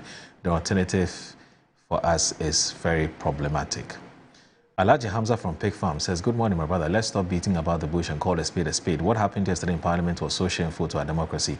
And I'm sad and my heart bleeds for the nation. It's clear the minority had a serious agenda against business. And yesterday, they demonstrated it to the whole country. Arnold Domprem made it clear on the floor of Parliament, and according to him, if the issue of Pandai is not resolved, government business will suffer. I was particularly sad to see that the estimates that Parliament wanted to pass for disbursement to be made includes Agenda 111, free SHS interchanges, and many others that they left behind, and this government wants to continue. In my humble opinion, this minority group does not deserve to be called honorable members of Parliament based on their behavior in their house. That's Alaji Hamza from Pig Farm. Fred Agbanyo, who is MP for Guan, says that we're definitely not weak. There is so much we could have done, but to what end? Ghana first, hence this high level of tolerance and restraint in the face of this needless provocation. The problem really is not the few noisemakers in there, but the culture of superiority complex in their political DNA. Time will tell. That's Fred Agbanyo who sends me that message, MP for Guan. And Alfred Triddles, okay, I think I've read your message already. Oh, so Papa Bisu from Accra, who says that from Spintex Accra, says, hi bro, greetings to all of you. We thank Almighty God and that Uncle Kwesi has arrived safely in our dear nation. And on the micro-minorities' misbehavior, they need to take note of how the military used some uncalled for reasons to overthrow a democratic government. Examples spread all over, mostly West African countries. We pray God should always remain a shining example, that Ghana should always remain a shining example as the best democracy in Africa or even the world. This kind of bad conduct in parliament, spreading falsehoods, sabotaging a democratic government, etc. If the worst arose, they MPs will be seriously affected because constitution will be suspended, hence out of parliament and out of job. They better rethink. Papa Bisu from Spintex sends that message. And this one here from, okay, so Simon's managing editor of Accra Times has seen your message and is duly noted. We'll sort that out. Anyway, I wanted us to look at this, the lithium deal, but unfortunately I'm being told that please find out whether we still have the 30 minutes or it's been cut short. Well, we have just 10 minutes. Okay, we have just 10 minutes. I don't know how we're going to do this, Uncle Chrissy. Just 10 minutes to look at it's possible. I don't think that the issues are that deep. But I just found the relevant provisions of the 1992 Constitution on the Attorney General. It's very short. It's Article 88, subsection 1.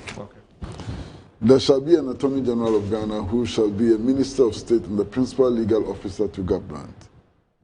2. The Attorney General shall discharge such other duties of a legal nature as may be referred or assigned to him by the President or imposed on him by the Constitution or any other law. 3. The Attorney General shall be responsible for the initiation and conduct of all prosecutions of criminal offences. All! He has to initiate it, according to the Constitution. All offences prosecuted in the name of the Republic of Ghana shall be at the suit of the Attorney General or any other person authorized by him in accordance with any other law. It's clear, very, very clear, you know. The Attorney General shall be responsible for the institution and conduct of all civil cases on behalf of the state, and all civil proceedings against the state shall be instituted against the Attorney General as defendant. The Attorney General shall have audience in all courts in Ghana. Very, very clear. Yeah. It's very clear. Okay, so I think it settles it. Yes, but let's come back. So let's come back to lithium. So the Daily Statesman today has a story in there. The Crusading Guide has a story in there. The Publisher has a story on lithium. So many. So many of them, almost all of them. But perhaps let me just look at the... Because we don't have enough time. Yes, just a paragraph. It's a very simple matter. Yes, let me just look at a paragraph of this and then you can come, because you'll always encourage me to at least read the story before you.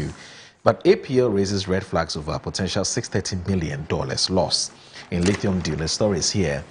And they were told that the Africa Policy Lens, APL, has cautioned that Ghana stands to lose between $210 million and $630 million if the government proceeds with this proposed reduction of the royalty rate for the Barari DV Ghana Limited lithium agreement from 10% to 5%. The erstwhile Akufo-Addo government, after securing cabinet approval to review royalties for lithium and associated minerals, negotiated an upward revision to 10%, giving Ghana an additional 5% royalty above the standard rate in the mining sector. However, the new Mahama administration, despite having criticized the earlier arrangement as inadequate, has now proposed halving the agreed 10% rates, sparking widespread backlash from policy analysis and civil society groups. Now, in the statement analyzing the controversy, APL said it was surprised that the government appeared prepared to forgo a mutually agreed position that significantly benefits Ghana. Uncle, your brief thoughts. You see, if you read the newspapers and watch the media, you get the impression that Ghana has lost. Ghana has lost a whooping $630 million. It's not true. We haven't lost anything. True. Now, if you follow the media, you also get the impression that Ghana has changed the existing agreement. No agreement has been changed. Right. Okay? So, this is just fluff. Now, listen, I'm reading this from this newspaper, The Custodian, today. The first paragraph.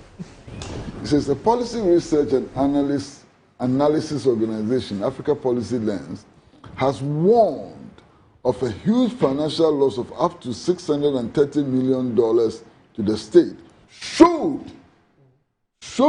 the National Democratic Congress government reduce agreed royalty rate of the lithium deal between Barry DV Ghana and the Ghana. Barari DV. Barari DV, DV yes. of Ghana and Ghana from It's actually it's actually how do you call it?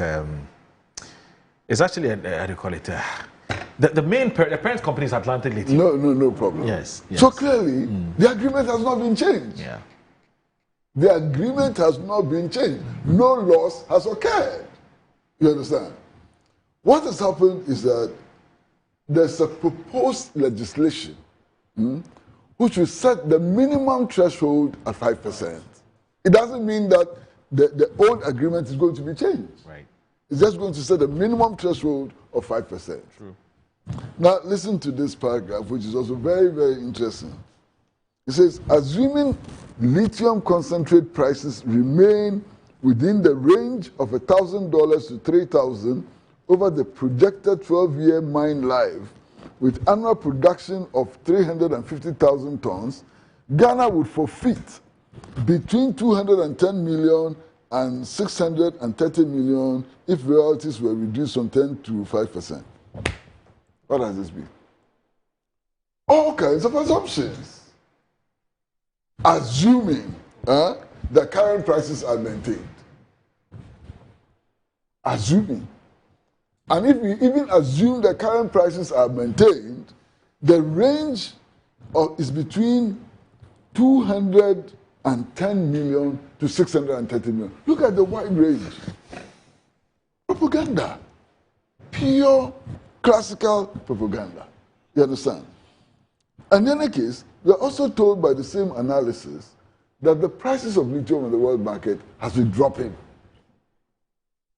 You understand? And we are told by the same analysis that it could drop by even up to 30% and so on.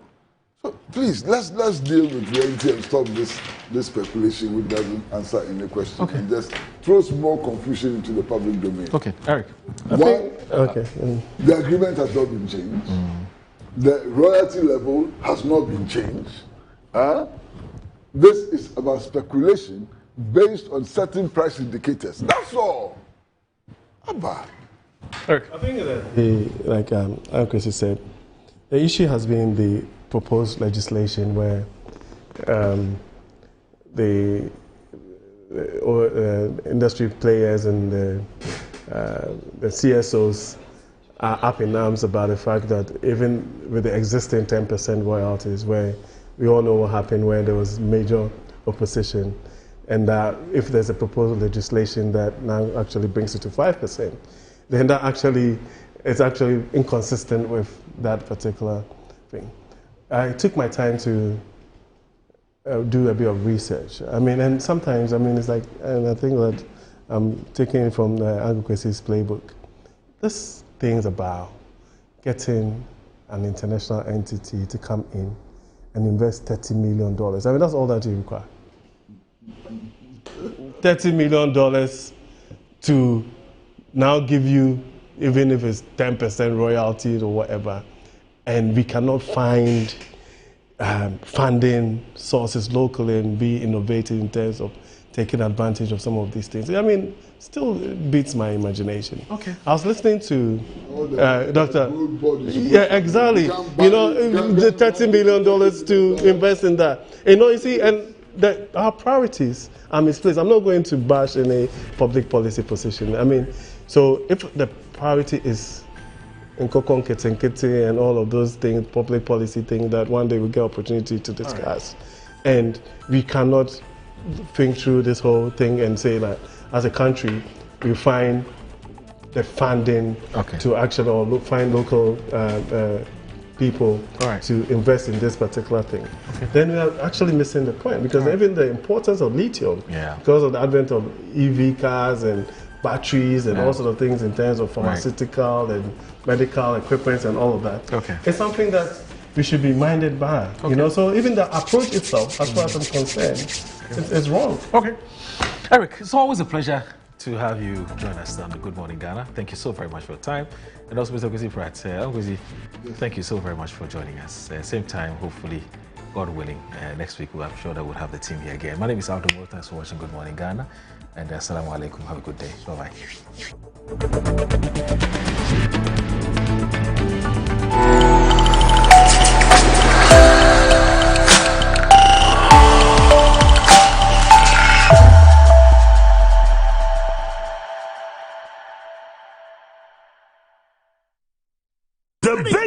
cultural explosion of the year is here. The Afro-Brazil Ghana Festival 2025. December 12th and 13th at the Kwame Nkrumah Memorial Park and Mausoleum. It's coming alive with 2